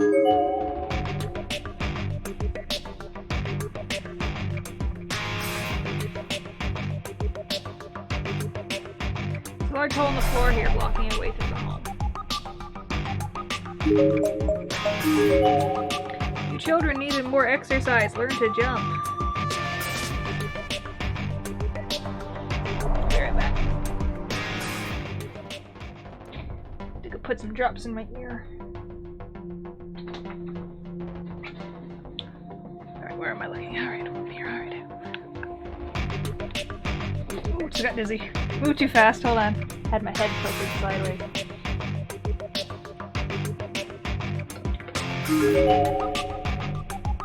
There's a whole line of milk bottles here, and each one of them is filled with muddy, unidentifiable liquid.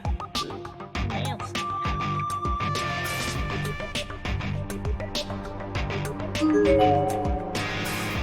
Request from Nurse Shinozaki. We've received new furnishings. Please try to keep them clean. Let's take good care of our school environment.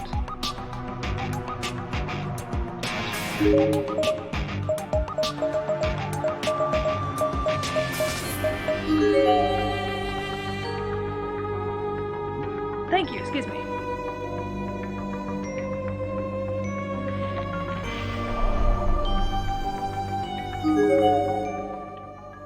It's one of the class rep's candles. I guess that means she's okay.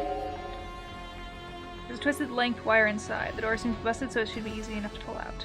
You never know when something like this might come in handy. Maybe I should take it with me. Sure. Yeah, it's a candor to have this on hand.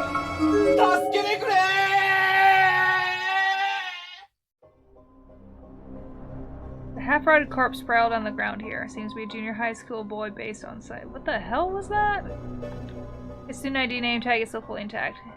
Osamu Murata. I've seen one too many dead corpses, apparently. It's a class newsletter. Though this particular issue seems to be a little more than a rough photocopying article from a local newspaper. The only thing to distinguish is from the original printing is a single line on the top that says, "May such tragedy never occur within these walls again." It's already been 1 week since the horrific incident at Heavenly Host Elementary. After much discussion between school officials and members of the PTA, students are being provisionally requested to return home from school in groups. In addition, PTA volunteers have been asked to take turns keeping watch over all main roads to and from school during morning and afternoon commutes. Other elementary school areas across Japan have begun adopting similar policies, proving just how much this tragedy speaks to us all. May the 3 victims of this incident rest in peace, and may their departure help us all realize just how vulnerable we are in this world. If we can learn to better protect our children from harm as a result of this unthinkable crime, then perhaps their death will not have been in vain.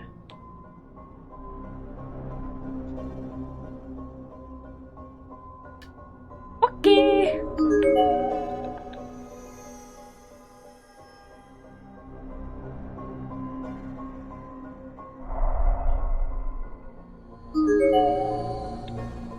The message permanently carved in the blackboard here, as if with a nail. Why? Why did I what did I do to deserve this? God damn it, it's all his fault. He's the one who made us do that ritual. Friends forever? Look where that got us. He's in here somewhere too, and if I see him, I'm going to kill him. I swear I'll do it. I'll make as if I'm hugging him. I'm so happy to see him again, and then I'll wring his filthy neck until I break his trachea, and then I'll curse him forever. Well, bitch, calm your tits.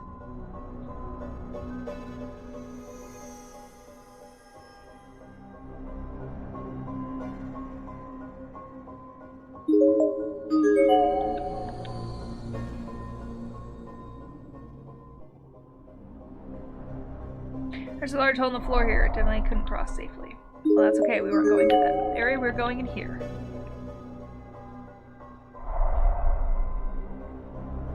The message is written here in chalk. He's here. Behind you. Don't turn around, because if you do... Okay. Don't turn around. There's an inordinately large number of dead bugs inside.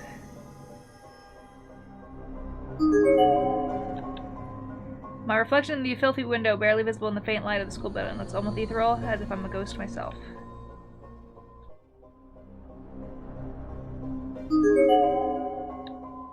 You're being watched. I'm always being watched.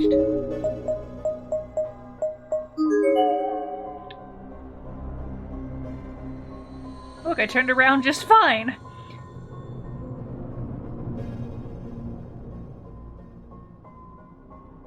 Floors collapsed here. Green. If you're a large gap, won't be easy. Okay. Well, we're not going that way then.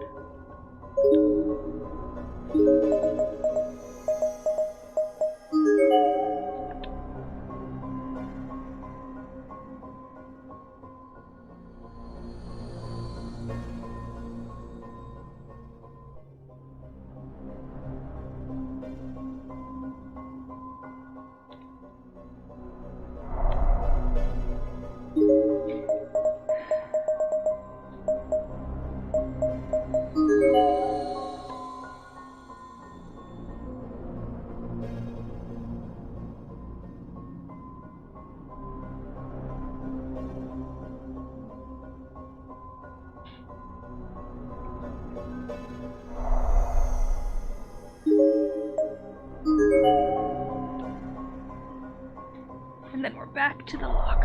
Okay. I guess we're gonna have to start looking around everywhere. Damn it, I have to look around everywhere. I have to actually play the game, you know?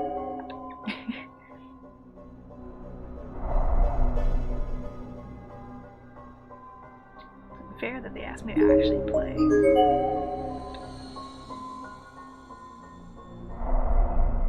I don't remember anything that the wire could yet be used for, not to my knowledge, at least not yet. Maybe we have to go back here now. Maybe we have to go meet with him. Has it been an hour? Nope.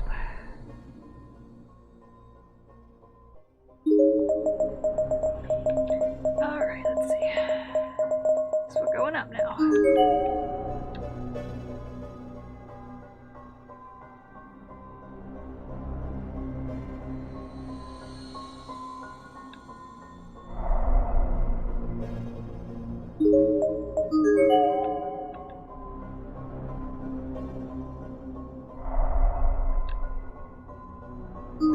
Locked, huh?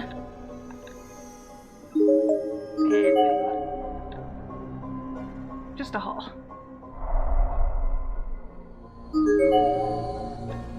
The door is frozen in place. Alright, here. Let's go to 5A then.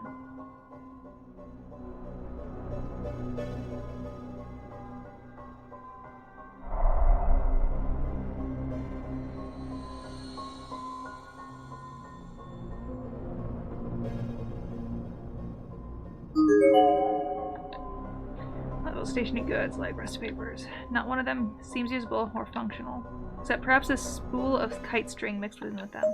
Maybe I should take this with me? Sure, why not? Seems good as new, and it might come in handy. I'm questioning your brain and your thinking, Shakespeare. Alright. Are you forgetting something? Be careful on your way home. I am not forgetting something. Thank you. Can't forget what I don't know. Door of the convenient closet is frozen in place. Alright.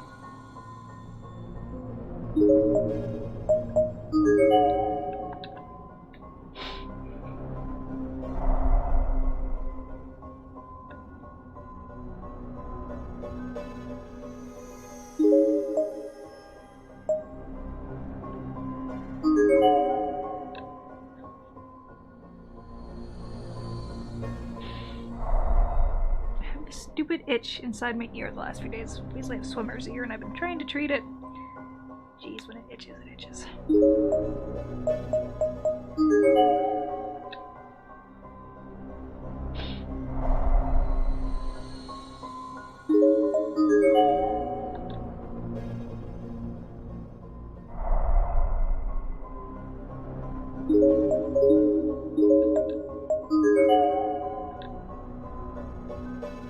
Now that I found everything, it's time to go meet up with what's his face? The cameraman?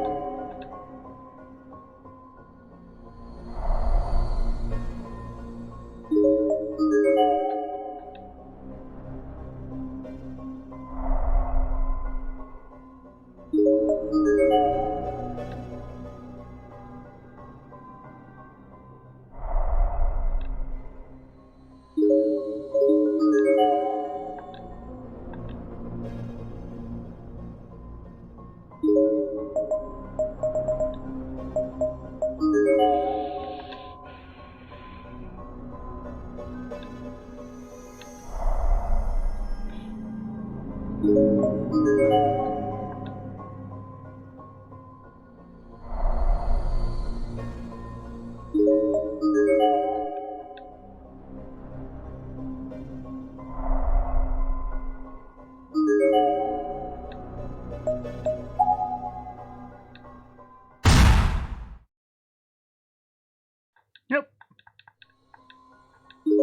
Still not doing that.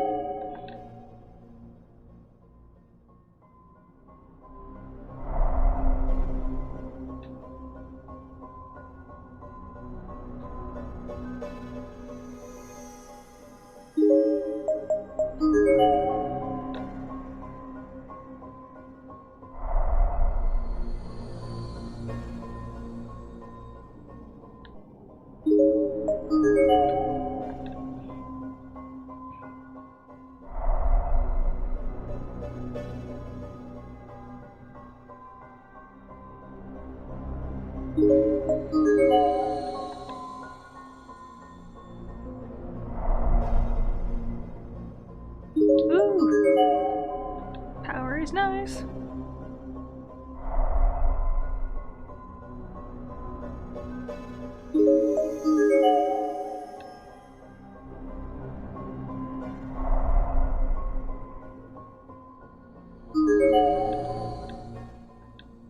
Such a moist, foul impression. A similar stain leaves. What could have caused it? Pull yourself together, Sakutaro. You need to find Amayu, then escape from this tainted place.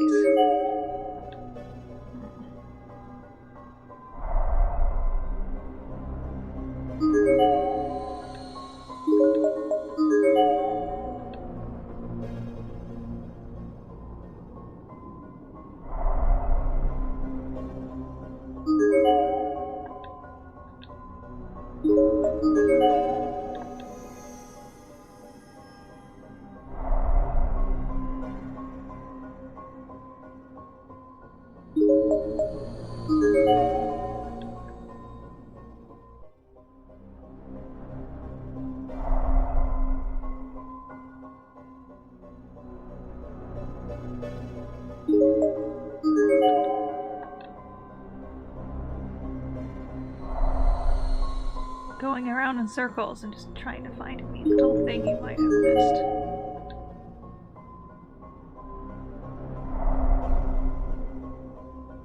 Or that changes, because sometimes shit just changes. I don't have a lot more mana.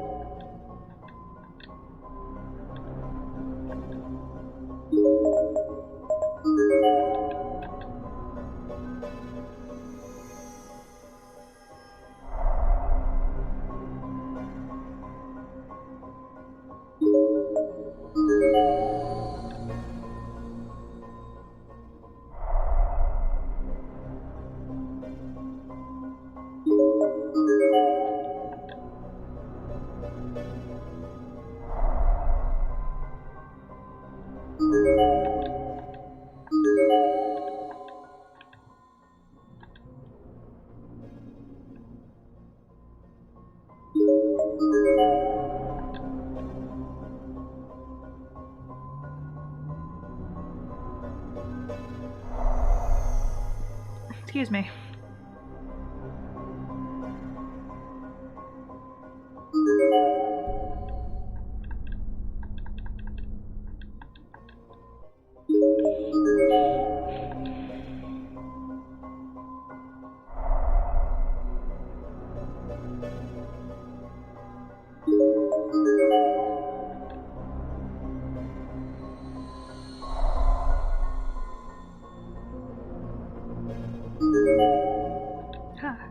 Probably a decomposed corpse. It may have been an adult male, probably the phys ed's instructor, as he seems to be wearing a jersey, and there's a whistle hanging limply around his neck. Looking closely, there appears to be lacerations across his entire body, with a particular concentration along his back. There's no way these could have been made by a single assailant. Most likely he was flogged to death by multiple aggressors all at once. His custom name, that's a Itsuya Goto. Beware the children. You can't reason with them, but don't let down your guard. Okay. I'll keep that in mind, sir.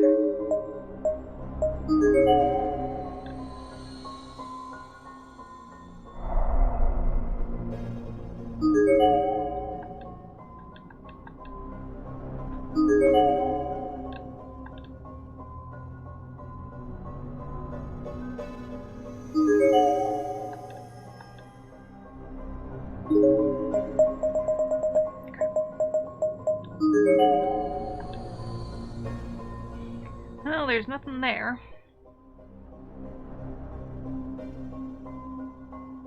So now we'll go the other way and hope for the best.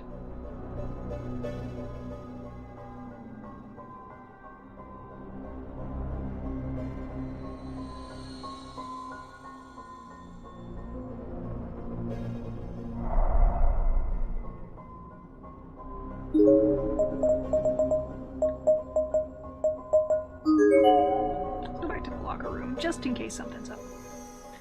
You never know.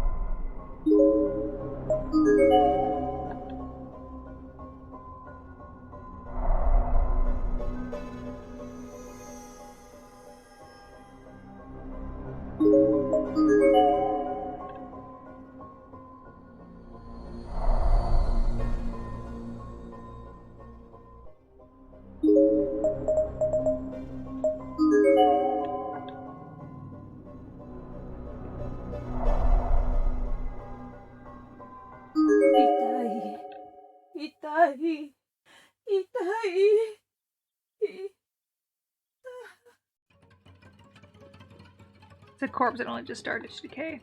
As a result, the name tag is pristine. Norika Miharu. Oh dear. It'll take a bit of inquiry to get whatever that is out of the hole. Ooh, maybe I can ring something up with this wire and kite string. If I were to bend the wire into a strange shape of a fishing hook and attach it to the kite string, I thought, then maybe I'd be able to bring up whatever was down there, provided it wasn't too heavy. Well, it's not exactly professional grade fishing rod, but here goes nothing. Hey, I got it. Not a lot of resistance either, it mustn't be that heavy. I quickly but carefully pull in on the line. Damn. Whatever it was, it fell off and hooked before I could bring it up to back. Guess I didn't bend it tightly enough. Maybe it would be quicker to lower myself down into the hole after all, though that would also be a fair, more reckless course of action. I'm just not sure what to do. The safer alternative is usually the better alternative, even if it's the general annoyance, so let's give this one more go. Alright, got it again. I'll have to be much more gentle about it this time. I begin pulling up the line slowly and steadily, trying my hardest not to shake it any more than I had to. Finally, I pulled the item up. We're not gonna... Work harder, not... Wait. Work harder, not smarter. Well, technically in this case, it was a little bit of both. Finally, I pulled the item up from it. It was a small notepad. I flipped it over and... it's a student ID book from Kirasagi Academy. Mayu. It's Mayu. No. Did she fall into this pit? Mayu. Mayu, are you there? Mayu. There was no response, and not a single sound or indication of movement. Maybe she wasn't down there after all. I don't see any indication of a person down there. Maybe she just dropped her student ID. That would be the best case scenario. Without even realizing it, I found myself gripping Mayu's student ID tightly, squeezing it in my hands repeatedly as if to verify its existence. It felt like her ID had been entrusted to me, and I absolutely had to get it back to her. It was now my mission. Mayu, I'm worried about you. If you've been injured, no, I mustn't think like that. I have to concentrate on what lies ahead. Dude, she is more than injured. For now, I'll just consider this proof that Mayu is definitely in here somewhere, and if I look for her long enough, I'm sure we'll meet again. Is it time to meet up with this guy? Another earthquake in this building. Can you even survive this kind of a The world is shifting, sir. Taguchi's not here yet. I guess it probably hasn't been an hour.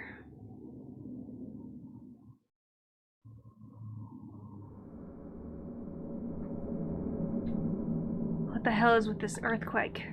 I don't know, but in any case, everything seems to have shifted now. All the holes and cracks in the walls and floors have changed position. Fukuroi, I'm scared. Try not to let it get to you. What happened to that no-nonsense Mitsuki we all know? Mayu, are you there? Mayu! Huh? Did you just hear somebody screaming? No, I can't say that I did. Come on, Fukuroi. Let's see who it is. Wait, damn it, she's so impulsive.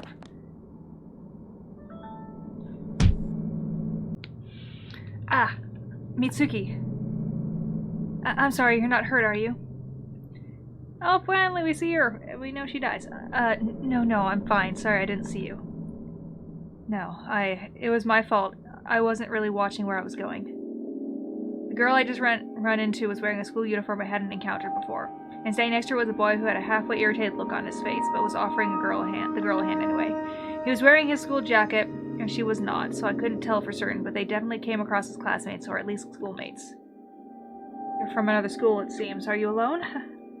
Akutaro Murashige, 11th grade at Kirasaragi Academy. Well, then we're in the same grade. My name is Masato Fukuroi, an 11th grade at Byakudan Senior High, and this is Mitsuki Yamamoto. Pleased to meet you.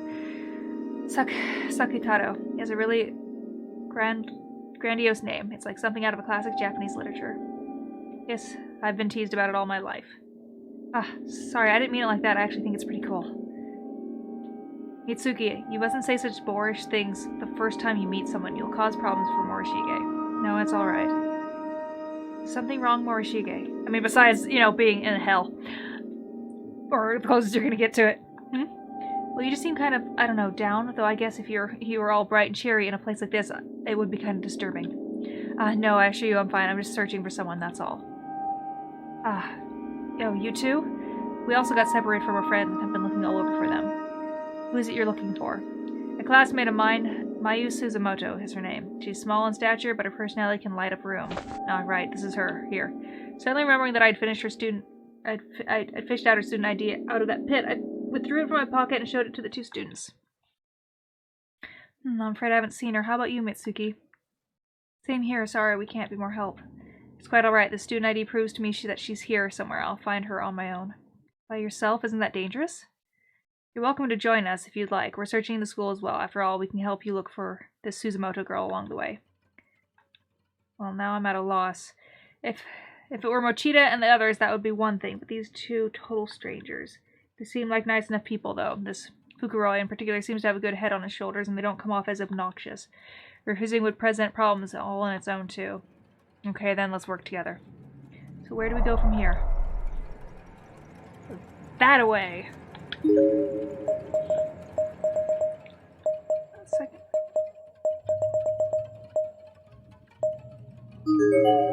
Let's go here.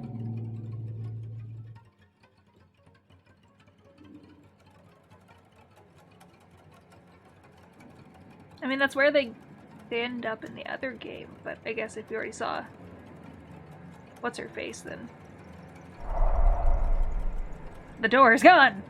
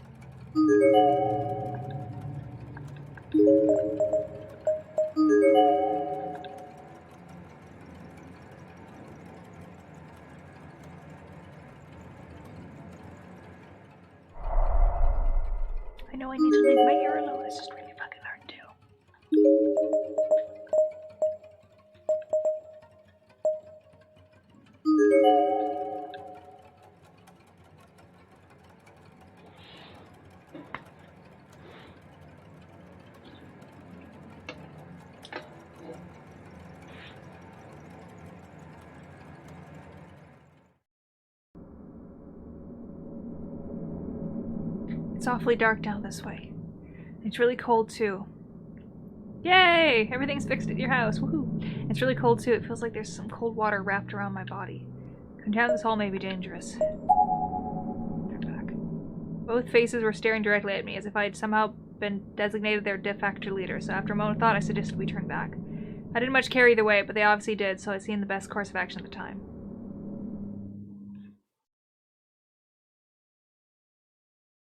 Alright. Thank God. Alright, so we're not going that way right now. I just got a feeling. In the pit of my soul. When we had Snowmageddon, I did, what was it? A week with no power. It sucked. I was cold.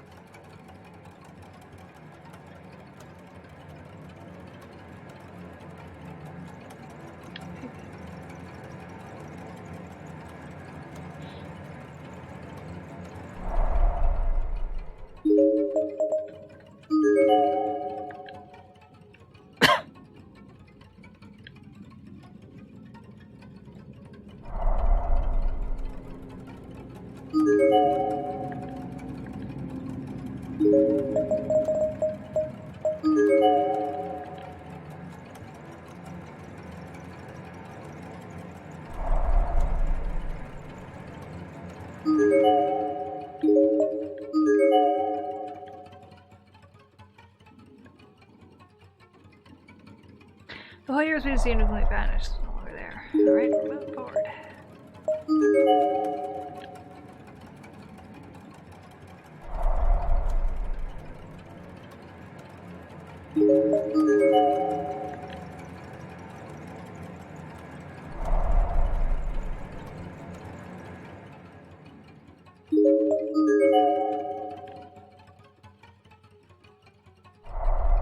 Yeah, you would have just got a hotel.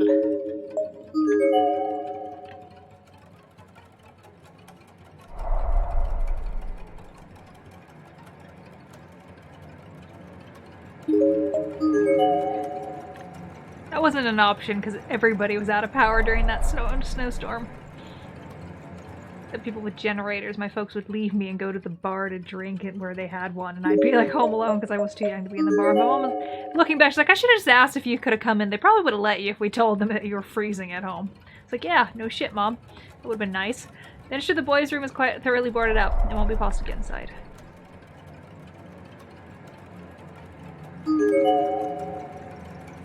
Don't give it back.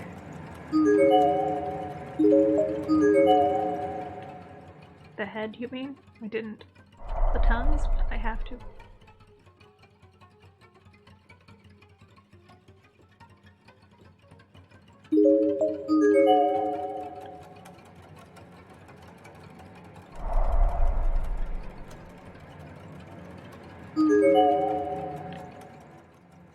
There's something under her body. I got it. Looks to be a class logbook. Wow, Morishige, I'm kind of impressed. I don't think I could bring myself to touch a dead body like that. He's trying to find his friend, so I doubt he'd let something as simple as that stand in his way. Having been lodged under a decaying corpse, the logbook has been seen better days. Its pages are wrapped in stained blood and other fluids. The class designated 3A is still faintly visible on the cover. However, there are sections that seem to have been escaped the leaking intact. Which section should we read? 7-1. Pool opening. The pool was finally open today. Everybody put on their bathing suits and went for a swim, after some stretches and such. The water was so cold and everybody was really having a great time together, until somebody slipped and fell and hurt himself really badly anyway. Cracked his skull and suffered brain damage. Seems he can't talk like he could before. Can't even feed himself anymore. Well, that's not good. There are missing letters and numbers all over this page. Many of them seem to have been intentionally erased. 8-2. It's summer, but I have school today. At least 4 students forget their disaster hoods. The teachers got really mad at them. After an announcement, we had to go under our desks, and we had to move around something wearing our outside wearing our disaster hoods. I guess to see how they felt. It's so hot though. Did the principal really have to make such a long speech? 3 minutes. Some people even fainted. Then we heard the 2 announcement and went back to class. 2 p.m. announcement. And we ate our emergency rations. There were 2 students unaccounted for, and we split up and searched for them. Today was the memorial service for the 3 children who were murdered. We all sang for Kano, Yoshizawa, and Suji. There were lots of mean comments from parents while the principal was speaking. They told him to go to hell and take responsibility and stuff like that. But if we told our principal to go to hell, our parents would scold us.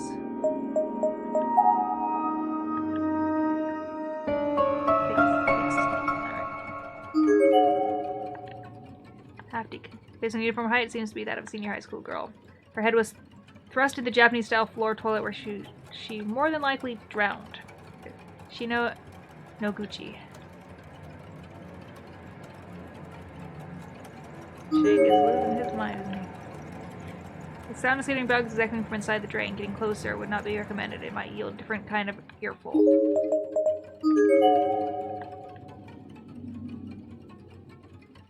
Alright, let's go return the logbook to that one class. Because I believe... I meant to go one more. That is what it wants of us.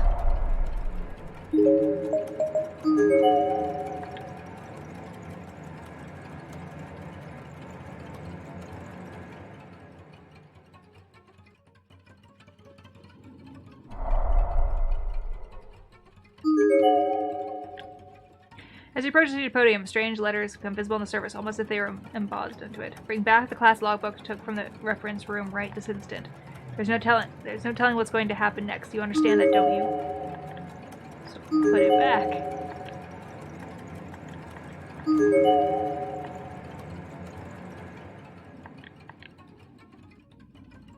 Well, we have it. Put it back.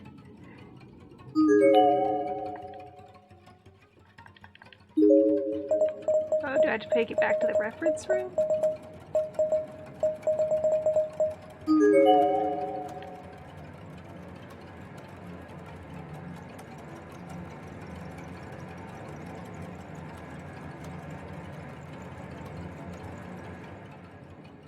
I have no clue what I'm doing.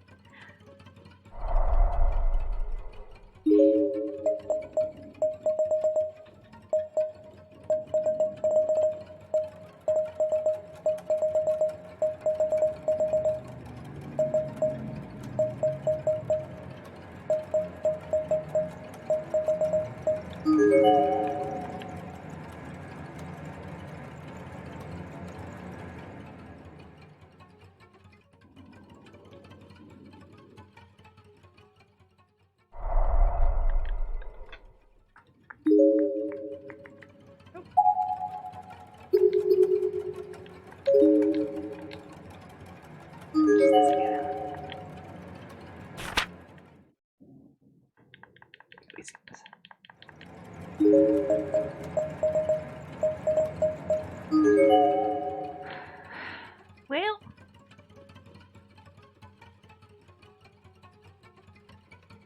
I have to go to the pool area and risk it.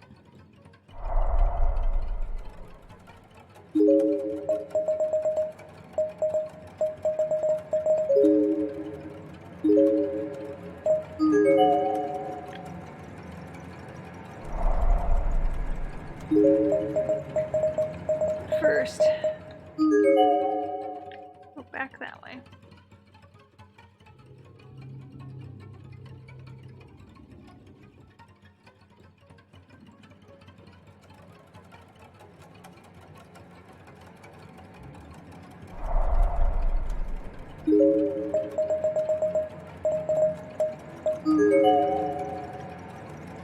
We'll double check these rooms before we go risk that.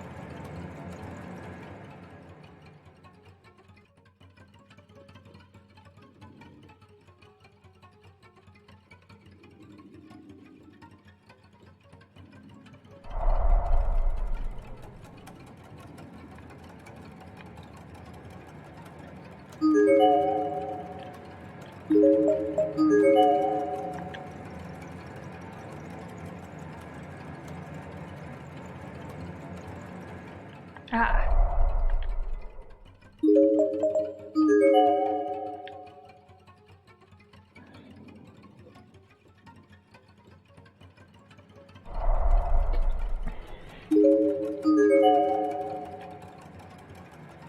Oopsies, not what I meant to do.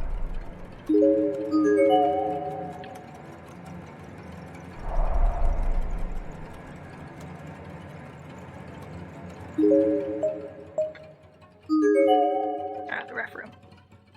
Return the logbook! Return it! Don't die! Return it! Ah, damn it. But I have your book! Seems to be some sort of combination lock. 6 digits, all appearances.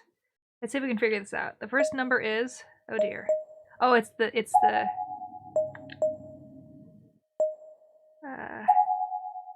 3... 8... I don't know. I don't know. I did this wrong. Hold on. Let me... That was wrong. That doesn't seem to be the right combination. Let me look at the book again. Look. Well, of course we're done with it. We can also give it back. Quite a noble sentiment considering it comes from a school that no longer exists. Once we get this door open, sure. Then let's hope someone was kind enough to leave a note in there with a combination. Alright, let's have another look at this class logbook. Which section should we read? 7? I'm gonna open my Word document here and just write down all numbers that we see in the order that we see them. So I can do this. So 7, 1, oops. Pool opening.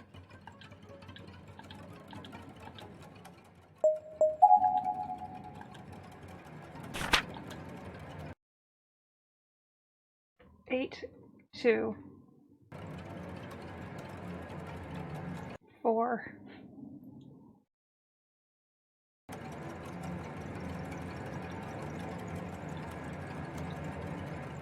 3, 2, 3, 2, 2.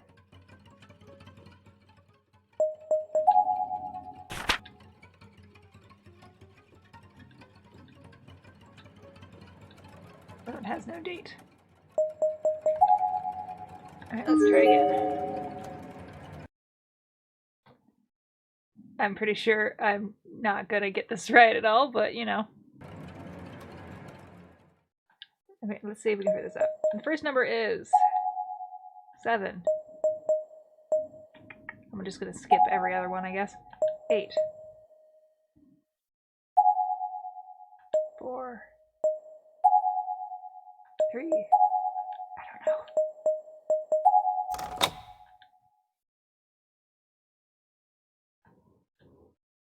Okay, let's try this again. Because I do have all the numbers, I just need to figure out the code. Okay, let's see.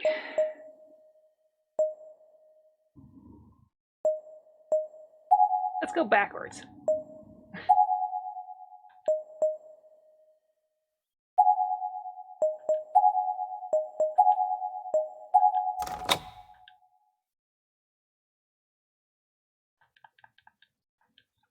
Oh, this is gonna be fun.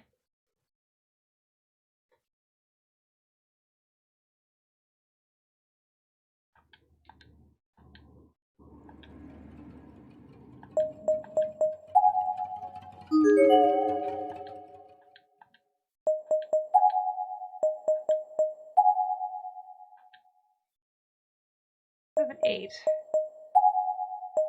2, 4.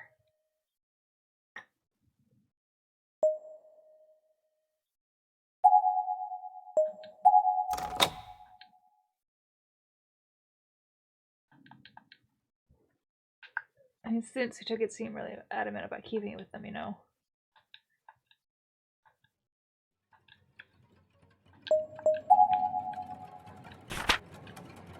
Let me just look at this again. It's summer time, school day. 4 students forgot their disaster hits.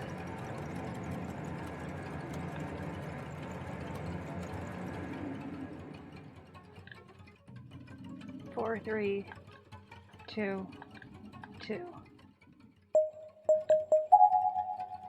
Maybe it's just the last bit. Maybe it's just that one. So 8, 2, 4, 3, 2, 2. Done. Okay. I'm an adult. I can solve puzzles. Bingo, the lock is now disengaged.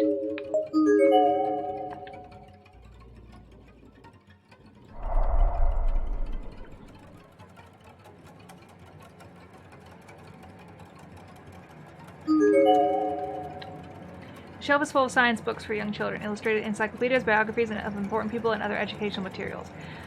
Bookending one particular gap in the shelf is a ceramic ornament depicting some kind of demon eating the left arm of a naked, headless figure.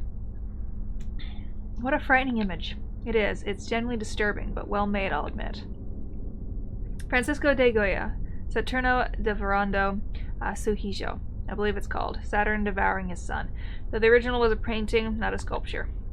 You're quite a well versed in art history, it seems. Are you in your school's art club or something, Murashige? No, I'm in the drama club. Wow, impressive. How is that impressive? I'll bet he'd have responded the same if he said I were in the basketball club or woodwind band, too. The room fell into an awkward silence after that. I became acutely aware of my own poor disposition, though I suppose I'd never been very good at social interactions in the first place. I don't believe in wasting smiles on trivial things, and never quite learned how to lie, even to save face or keep from hurting someone's feelings. So I've heard practice can get pretty rough in drama club. Is that true? I'm sure there are a lot of variables to consider setting the stage, costuming, scripting. Mayu is in charge of all that. I'm just the lead actor. Oh, nice. Being as tall and handsome as you are, I'm sure you must be a big hit. No, not especially. It's not the outward appearance that matters, after all, but the acting. So are you planning to try for an acting school in the future, then? If possible, I'd like to study abroad and apprentice with real actors. I've been saving money and focusing on language studies to that end for some time. Whoa, very nice. It's amazing that you put so much thought into your future plans at this young age. I'm grateful for those platitudes, but that is all they are, no? These two can't possibly have any legitimate interest in a word I'm saying. I can't even conceive of being this captivated by the life details of a person I've only just met, but then maybe I'm just overly pragmatic. Shouldn't we be going? Aside from this sculpture, there really doesn't seem to be anything else of note in here. Wait, we should return the logbook while we're here. True, we really didn't need the logbook anymore, and Goya's sculpture, on the other hand, was practically calling my name. I reached for it, picking it up, and handed it to Mitsuki. Since she had the biggest bag of any of us, she looked puzzled but took it anyway.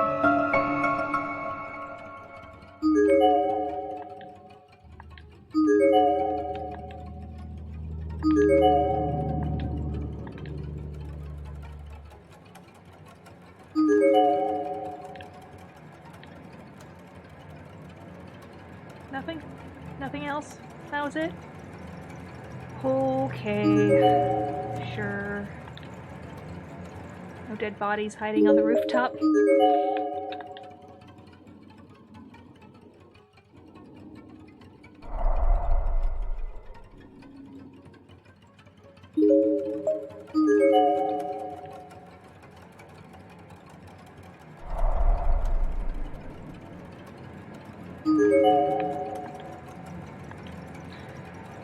Junior high school. Her limbs are contorted as she died clinging to the ground like a frightened insect. On further inspection, this seems to be indicative of her injuries. It looks like someone repeatedly bashed her feet and hands into the floor. With all this blood, it seems like whoever did this to her did it while she was still alive. How very cruel. It looks as if she collapsed here, perhaps with an injured leg or foot. I'd assumed she was being pursued, and her legs were crushed as she tried to hobble away, quite thoroughly, too, as the bones were particularly liquefied. The attacker that then seems to have crushed her arms after the intense pain caused her to stop resisting. Cause of death was shock from blood loss, perhaps. A pitiable and rather agonizing way to die. I wouldn't be surprised if she soiled herself. Looking closely at the girl's face, something seemed off. It didn't take long to realize what it was. She had no tongue. Did someone cut it out of her mouth? I've heard of the psychopathic murderers do often take mementos of their victims, but why the tongue? What does it symbolize? More to the point, whoever did this is probably still at large. I'm getting more and more worried about Mayu.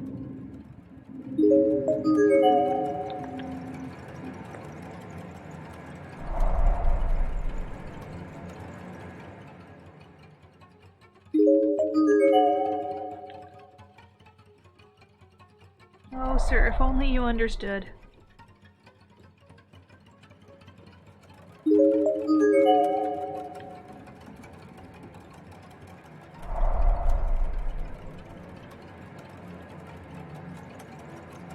It's very hard to see when that blood is on the screen. I'm gonna go back to 3A because I returned the logbook, right?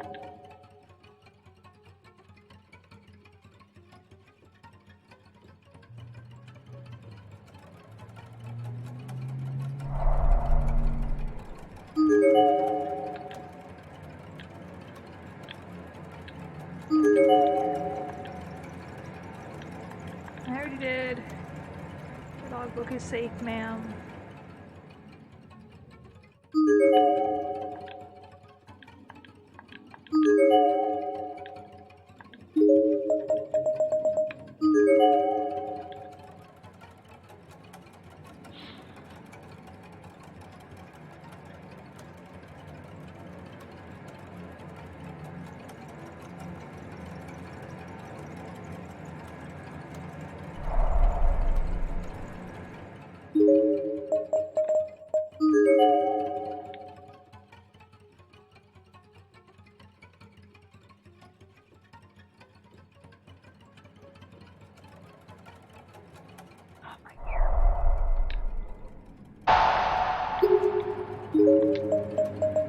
He's really close to going insane. Let's go to the locker room now.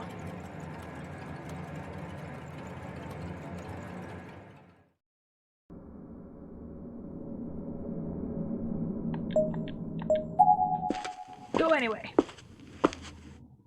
Let's die. Hey, doesn't something seem off to you? It doesn't feel like we've been walking for an awfully long time. Did this building always have such an expansive hallway? I'm pretty sure something screwy is going on here. For all the distance we've covered, we should have been outside the school twice over by now. If we turned a corner without realizing it, it's quite dark after all. There's no way we could have, not in the narrow hall like this. If you're that concerned, shouldn't we just turn back? Yes, let's. So we turned around and saw nothing but an endless corridor vanishing into inky blackness. It was basically a mirror image of the trek we'd been making this past few minutes. No, this can't be right. Did we really walk so far that we can't even see the light of our candle in the distance? That's not possible, is it? Calm down, Mitsuki. It's probably just blew out. It's a straight shot either way. All we can do is keep heading back the way we came. How can you be so cold, Morishige? For all you know, we could be freaking out about it isn't going to be help matters. Let's just keep going. Morishige's right. Times like these call for cold, rational decisions. It's the only way. Probably just killed him. But hey. I get little awards for doing wrong. Wake up. Mayu? No, it's much younger voice. Who is it? Hey, mister, wake up. Where am I? Good morning, mister. This is my playroom. Now, the young girl thrust her face so close to mine that her nose practically touched. She was smiling from ear to ear. She looked to be about the first or second grade with long black hair and with a clean, cute, almost dainty countenance. After my brief impression, however, I quickly turned my head away. She was uncomfortably close, literally breathing down my neck. And her breath, it smelled of blood, of death and decay and fatty oils and smoke. It smelled of chemicals and antiseptic. It was very, very unpleasant. Potpourri. Who are you? I'm so happy. You didn't get all indignant and say, what's going on here? Normally when people wake up here, they get scared and start freaking out. The little girl began backing away from me, her shoulders still shaking in a soundless chuckle. I knew exactly what she meant. It would be entirely reasonable to ask what's going on here, even at a glance. Could tell this room was not good. The floors and walls were caked in blood, as thick as mud. Buckets of body parts were strewn about, and eviscerated corpses were stacked everywhere. And that was just what I could see at a glance. As for me, I was bound to a chair against one of the walls, not with ropes, but with chains. My name is Sachiko Shinozaki.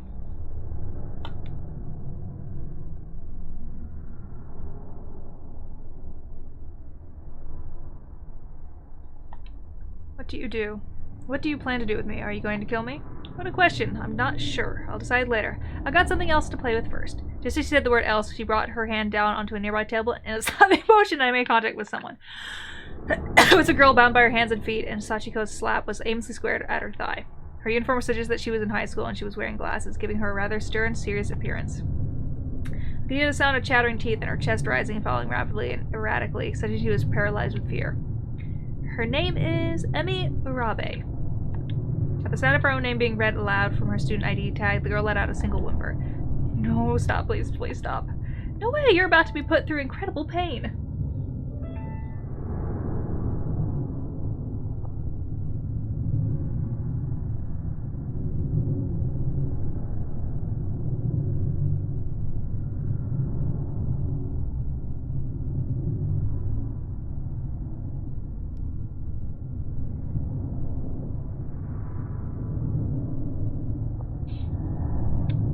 Make sure you squirm like the wretch you are and beg me to spare your life, okay? No, you're joking, Rod. I didn't do anything. Shut the hell up. You're distracting me. Shachiko swung her hand down into Emmy's face. I realized only after impact there was a scalpel in it. A stealthy, uncomfortable incision was made from the corner of her mouth all the way to her ear. Just kidding. I'm sorry, did that hurt? It wasn't seriously trying to kill you or anything, so don't let it hurt too much. The real pain is just beginning after all. Sachiko produced a pair of durable sewing scissors from a roll-away shelf nearby and began expertly cutting all the way up Emmy's school uniform. Then she set down the scissors and produced a full-sized farming sickle in their place. It looked very well worn, with soil and rust sticking illegally to the blade. After brandishing it for a moment, Shachiko positioned it over Emmy's abdomen. No, please, no, this is a dream. This has to be a dream.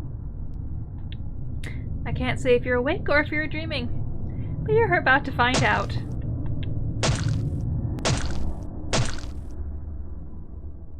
Shachiko slowly shifted her focus from Emmy's abdomen to the area just below her ribcage. Emmy's body began spasming, her spinal muscles contracting in a decidedly unnatural manner. Gasps and screams mixed with sounds of vomit and incontinence. What a perfect facial expression. See, I knew you could do it. Without even wiping the drool from her mouth, Hachiko tossed the sickle aside and simply began digging into Emmy's wounds with her bare hands. The sound of tiny hands manipulating internal organs was disgustingly similar to that of a sopping wet rag squishing spilled oatmeal off a hardwood floor. The noises escaping Emmy's mouth didn't even sound like they were coming from a human being anymore. I could see her face in profile now, and despite the gastric juices and vomit and blood and contortions of unbearable agony, it wasn't a disagreeable sight. This was a girl not far from death. She was trying her hardest to fight it, but the facts were the facts. She was going to die, and she knew it. Against this fate, she was completely and utterly helpless. She was doomed already, in both body and soul. This hapless struggle had a certain sensual quality to it. No, it was even purer than that. This was a truly beautiful sight. And she's pretty? Shachiko was, who had at this point buried her head in Emmy's exposed organs, threw it and directed this question at me, her mouth still full of flesh. Everything from her nose down was dyed red and dripping with blood. Isn't her face just precious? She swallowed whatever she'd bitten out of Emmy's insides, then turned to face me. Not just face me, actually, but stare at me. Stare into me, with unwavering, unblinking eyes. I suddenly became aware of my own erratic breathing. It wasn't fear, though. It was almost animalistic reaction. It was a coarse and primal and unconsciously thrust my chest forward toward Emmy. I think I may have been smiling. So how about it? Do you want to play with her, too? Don't be ridiculous. It's like she's making fun of me. She shouldn't even have to ask. Ooh. Ugh, or Shige.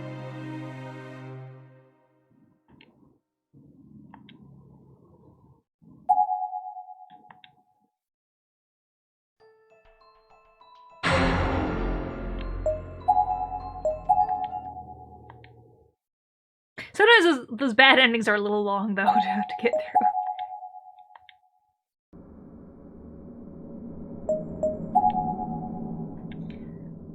Okay, so we won't go that way.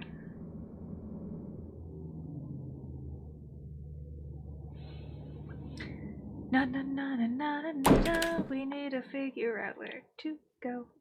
Crap, I dropped it. Oh, part of it broke off. That's not good, is it? No, it's most certainly not. Abandoned school building or no, it's something that doesn't belong to you. You really are a stickler for the rules, no matter where you are, huh? May I see that for a moment, please? Sure, but why? I think I see something inside from where it broke off. Oh hey, you're right. What is it at? Isn't it just the wire frame of the sculpture used to hold the object's shape? I don't think so. That's not all that's there, anyway. And well, one way to find out. As they say, there's sometimes the simplest solution really is best, and it was... If wanting to see what was inside this thing, there was a surefire method. The Goya sculpture hit the ground with all the force it could muster and shattered into countless pieces. And there, among the wreckage, was a key made of copper. It looked old, but since it had been sealed away from the elements of all time, there wasn't a single trace of rust or corrosion on it. Look, there's a label, Heavenly Host Elementary, so I guess that means it does belong in the school building. Clearly this was an important item to have found. Now aware that Mitsuki's bag was not the safest place to store things, however I pocketed it myself.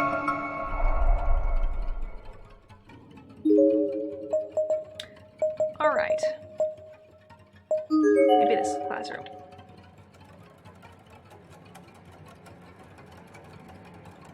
Must find locked doors. Must use key. Must go inside.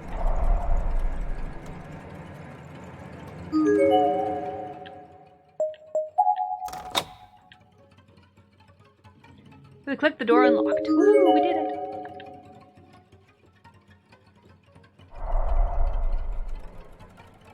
I can't see! There's a chalk picture drawing on the board. It shows a high school girl who was just run over by a steamroller. At the helm of the said steamroller is a young-looking child with a big smile on her face.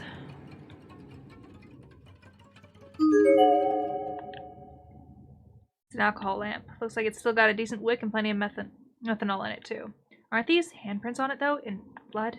I hadn't noticed them at first, but Mitsuki was correct. There were small, bloody handprints on the alcohol lamp. Small enough that they were most likely made by a child or children. I don't know about you guys, but this lamp gives me the creeps. Still, the more light sources available to us in here, the better. This wasn't something we could just leave behind. It was a real stroke of luck that we stumbled upon something so inherently useful. Some sort of mechanism with a lever attached to it. With a strange-looking device, it's vaguely similar to a movie projector, but clearly not one. The lever won't budge, but it must be rest in place at this point. Oh, dang. Oh, I bet we used that in the dark hallway.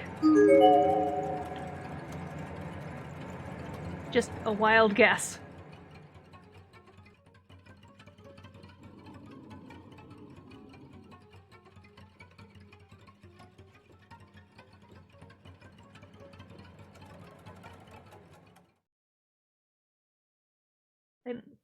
We should try taking a light with us, don't you think? Should I try lighting the alcohol lamp then?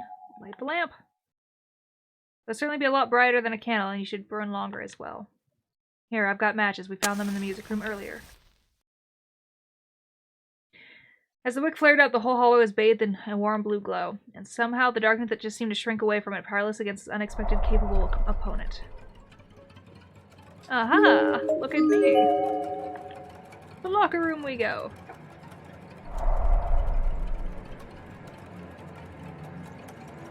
Got a dead body. That didn't change. I don't think it didn't. We'll double check.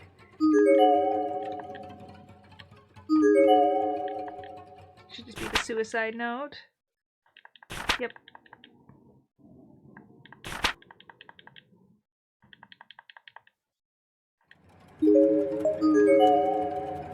To the pool.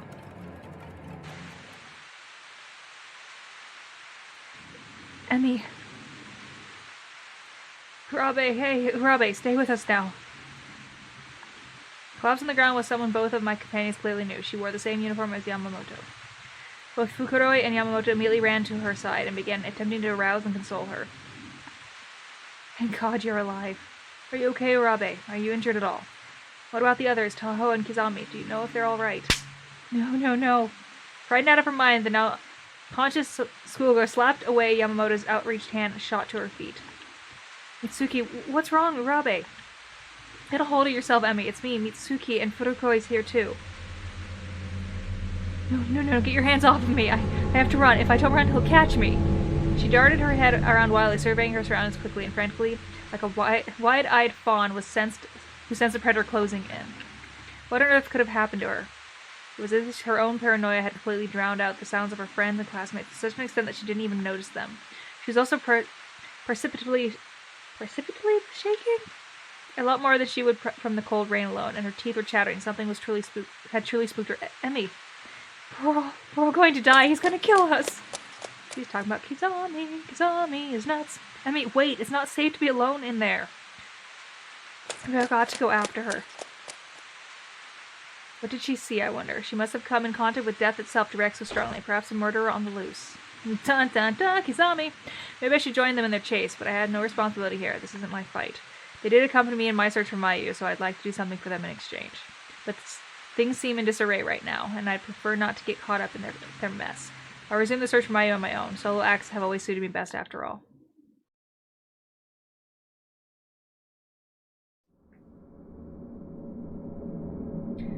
Oh, I miss you so. More than you can know. Tell me where did you go? Mayu? That was Mayu's voice, I'm certain of it. Mayu, where are you? Mayu, answer me, please. Mayu. Look, there's a walkway to another building. Let's go, okay? Nah is probably over there somewhere. Nah. My name is Nari Amatoya. I'm a 7th grader in Masushigawa's Girls' Middle School, class 1-6. Nana is a friend I have had since I was a little girl. Her real name is Nana Ogasara. Blah, blah, blah, blah. She'd been with me up until recently, then when we randomly gotten ourselves separated in the halls. I did still have another companion with me, but, well, she wasn't really someone I could count on, like, at all. Wait, Nari, my feet are tired. That's how it always was with her. I lost count how many times anything she'd found to whine about in this place. This was Chiyaya Yamase, a fellow member of the drama club, never satisfied but never willing to do anything about it. Drama fit her to a T. If Nana were here with us, I'm pretty sure she'd given in to Chia's whining and insist we take a break, but I'm not Nana, and I won't be guilted so easily. Then have a seat, I'll go on without you. No! But you're too tired to walk, aren't you? I can walk. It really was just like leading a child around.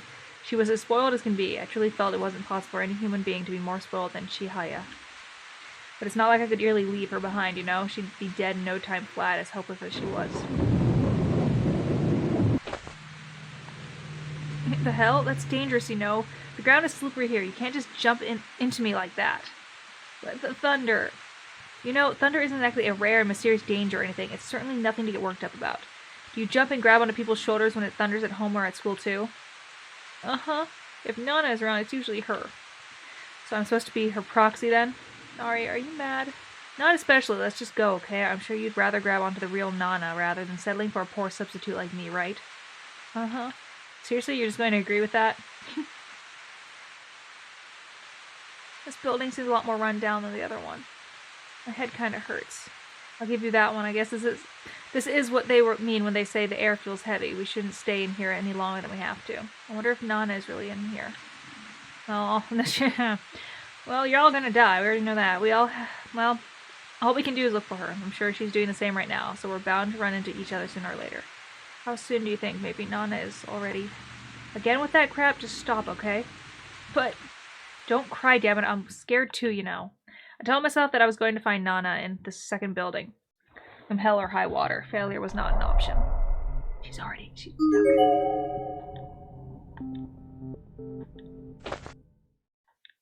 That's horrible. Hey, seriously, you need to stop shoving. She has seemed almost like she was trying to hide behind my body from the side of the severed head, and she wound up pushing me forward in the process. If she didn't want to see it, she could just not look at it. Why did she need to be so grabby? Worse still, she was pushing me right into the shelf, giving me an uncomfortable close view of the head, not to mention the things crawling on it. Ugh. Oh god, no. So this is why you should keep your hands to yourself. Honestly, I'm supposed to be your shield or something?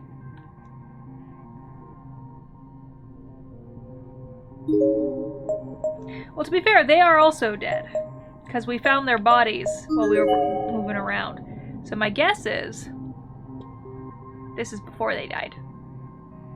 Laser mesh is completely boarded up.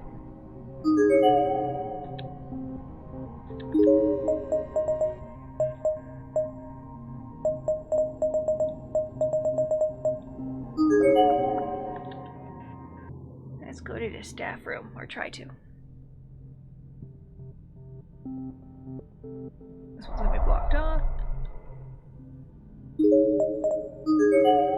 Go to the music room then.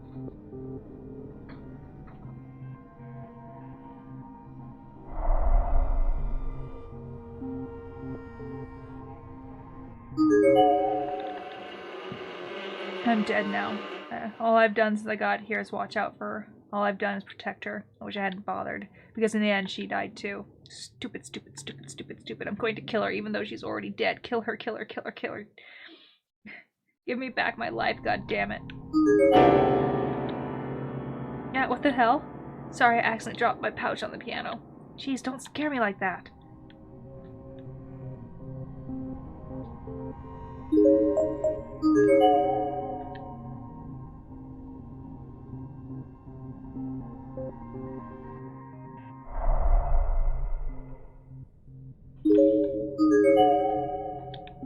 Oops.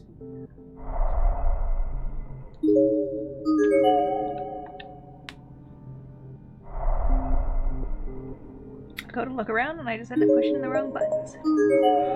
Let's go to the art room.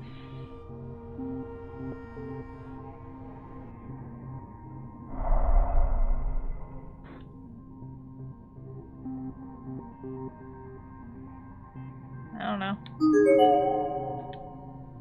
There is blood. But inside of the cabinet is blood red throughout, as if someone was very carefully painted it that way. Actually, wait, isn't that a tube of red paint inside and it looks unopened? In fact, it looks completely untouched. There's not even a slight indication that anyone has just moved the tube of paint in years, which means this red coloring must be covered from corner to corner with realistic scale drawings of flies, thousands upon thousands of them. The canvas is blank, or it might be anyway. There seems to be a faint, almost imperceptible stain all across it, roughly in the shape of a human torso, but it might just be the lighting. Nothing here seems particularly useful. I mean, that's one way to tell me. No. Oh, did I just...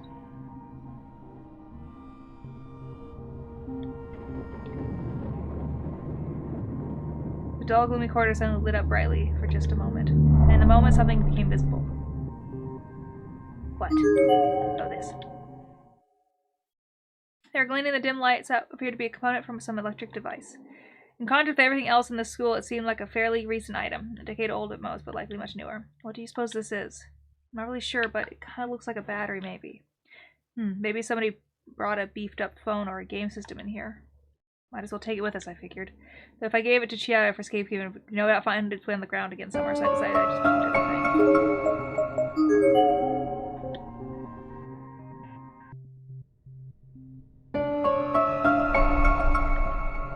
Okay, we won't go in here.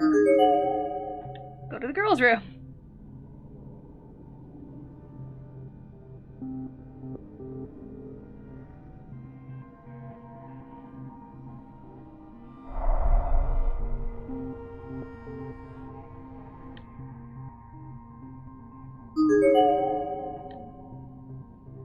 There's an excessive amount of human hair jamming the drain, generating an intermittent sucking noise that makes it sound like it's gasping for air. The stench is indescribable and seems to have attracted thousands upon thousands of tiny bugs that have transformed the white base into a black mess.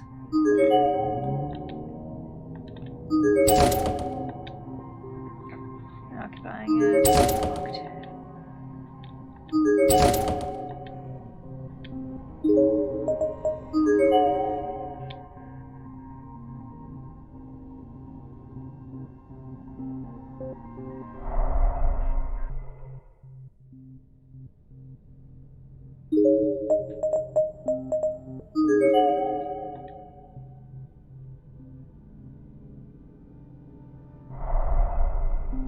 Okay, so we went in a circle, alright, so...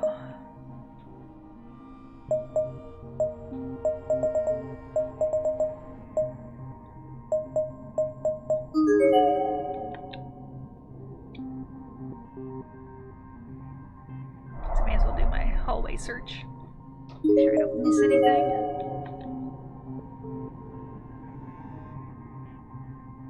Oh, on this side of the hole, there was now a man collapsed on the ground. I couldn't see any obvious wounds in him, but he wasn't moving at all. It was hard to ascertain details in this dim light, but he seemed a bit too big to be a middle schooler or high schooler, and he wasn't wearing a uniform. Who's that? Seems a bit too old to be a student. Is he dead? I don't know. Are you alright? Are you injured, maybe? Still no response. Maybe we should chuck something over there, or maybe that'd be a bad idea. Alright, look. This was lying on the floor over there. A camera? I wonder if it's his. With a fairly expensive-looking DV camcorder, and a well-worn one at that, with dings and chips all over it. Nonetheless, it looked like it was probably still... Ah! What is it this time? Mayu, where have you gotten yourself off to? Mayu, I swear I heard your voice just a moment ago. You can't be far.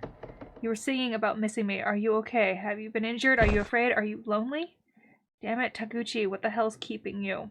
It's been well over an hour. I'm waiting here to exchange information with you when I could be out searching. Damn it, god damn it, why has it come to this?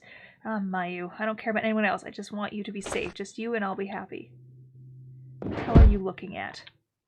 Imagine I said I kicked a pair of hallway slippers that was sitting on the ground nearby, and they flew right into the dead girl's face.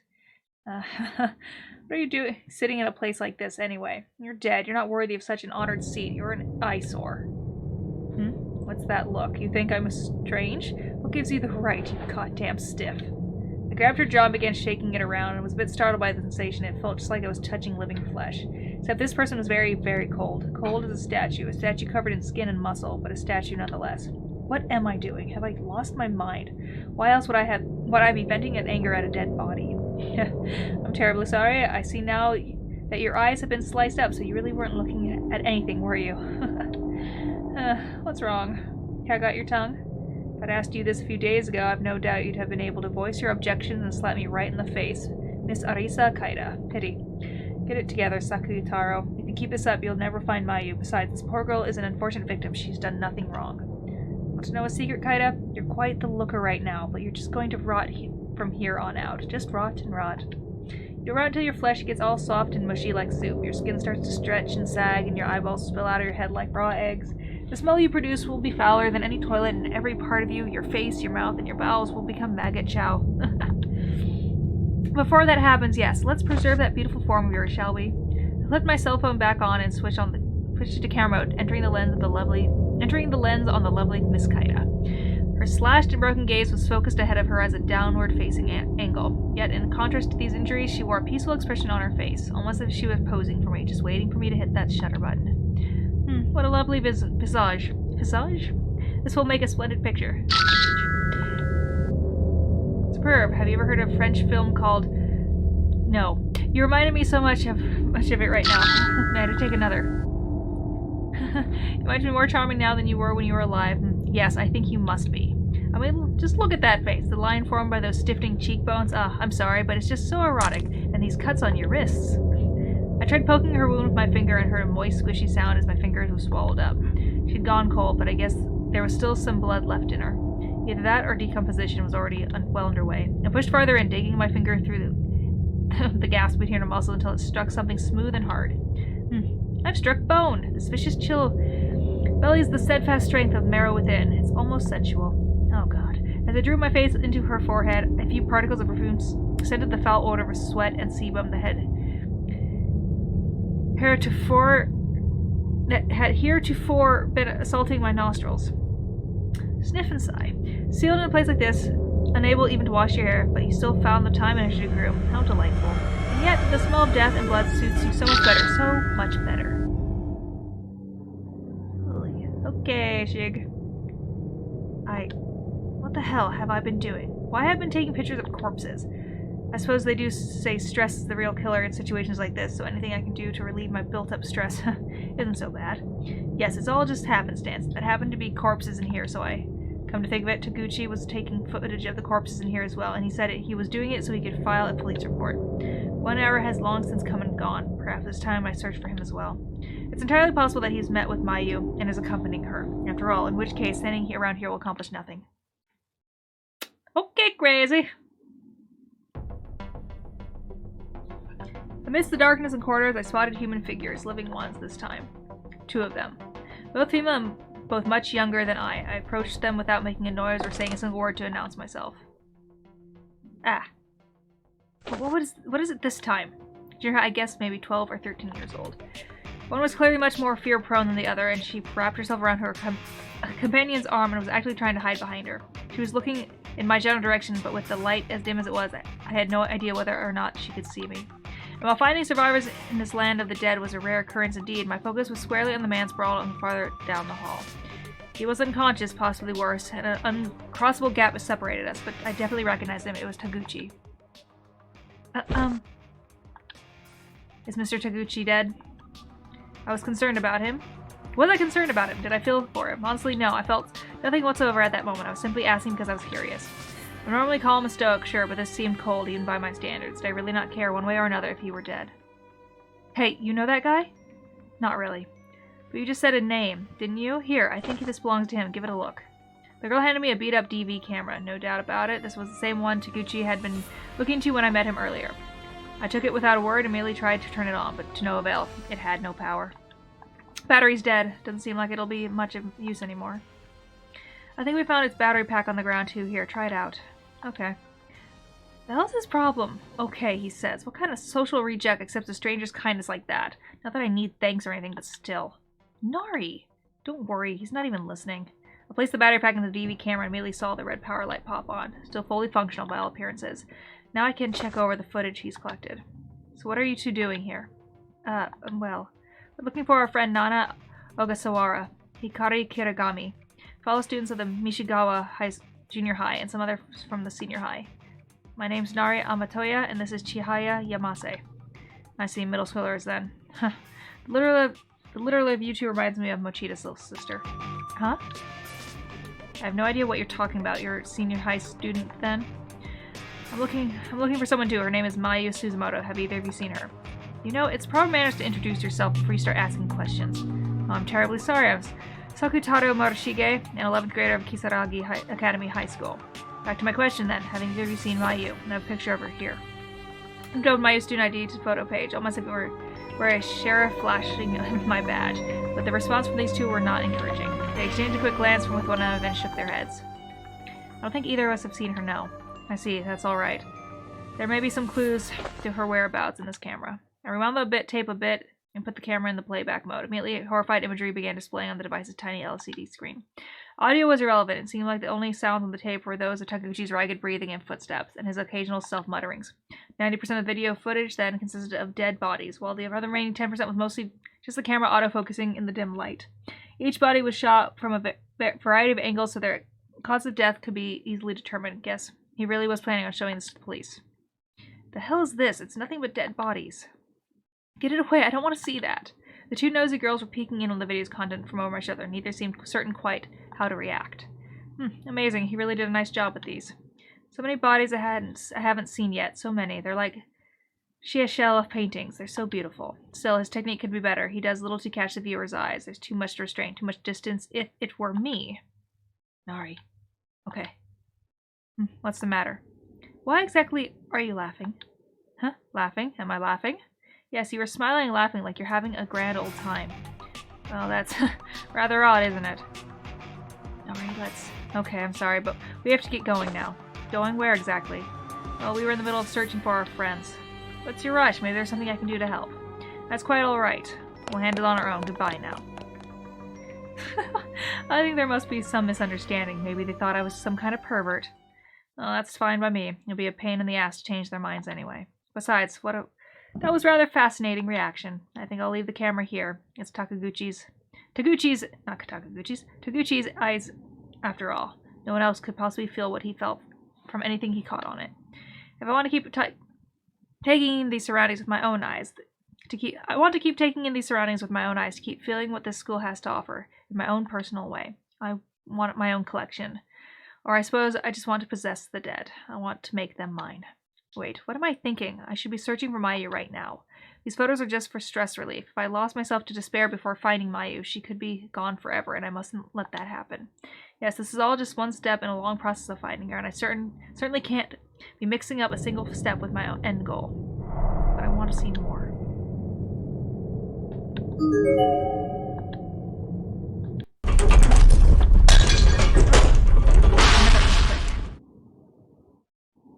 After bracing myself for the intermittent amount of time, the earthquake finally subsided. There's a candle shimmering here, along with a note. Whatever you do, don't look behind you. What happens if I do?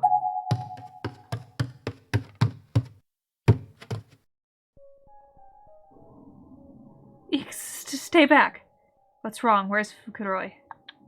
Shut the hell up. I told you to stay back. You're in league with him, aren't you? You seem confused. What happened, Yamamoto? Don't touch me! There's blood on your hands. You really are. You really are.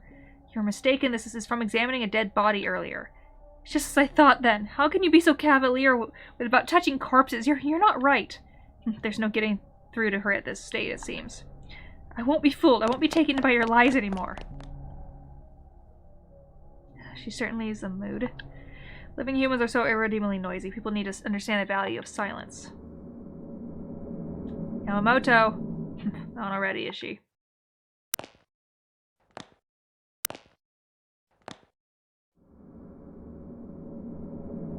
I should find some place to collect myself. That's right, I can always go back there. I almost forgot about taping the production of The Barber of Seville. I have to make sure I get home in time.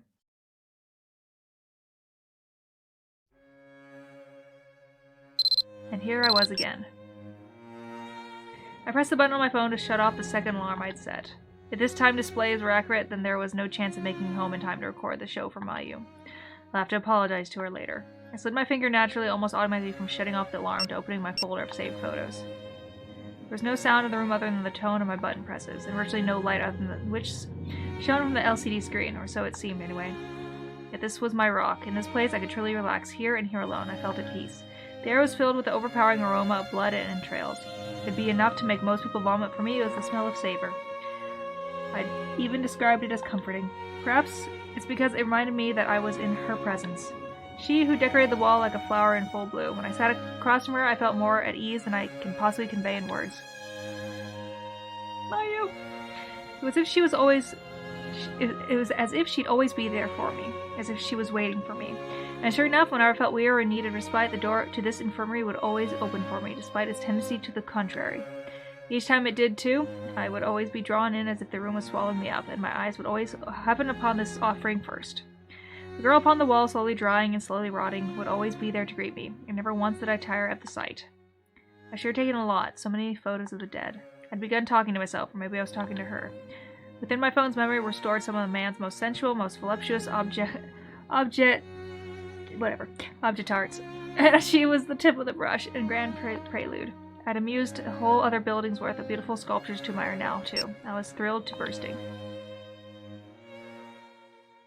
This is the one. This was the sculpture known as Mitsuki Yamamoto in life, but in death she was my property, one of my many pieces of found art. Those spirited eyes, now dulled and clammy, those lips that spoke such harsh words, now stained with blood, her abdomen shredded, her innards exposed. So alluring, so captivating was she now. Sometimes destroying that which is beautiful only serves to make it more beautiful. And truly this was proof. Still, it is a shame. It was a shame that I could only gaze upon these gorgeous works of art within these school grounds. Before returning home with Mayu, I'd need to erase every one of these photographs from my phone. It seemed like such a waste. The world in which I once dwelled was far too narrow-minded to accept these masterpieces. It was often a hard place to call home. But as long as I had Mayu with me, I could endure. And to that end, this folder was an obstacle, a detriment, a hurdle to overcome before I could rejoin the world of the living. I needed to delete it, to put it all behind me. Well, I'm sure it'll be fine. I do it after I get back.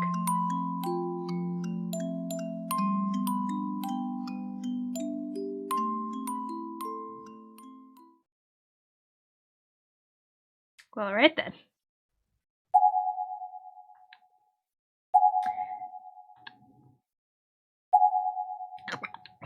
Shige's crazy.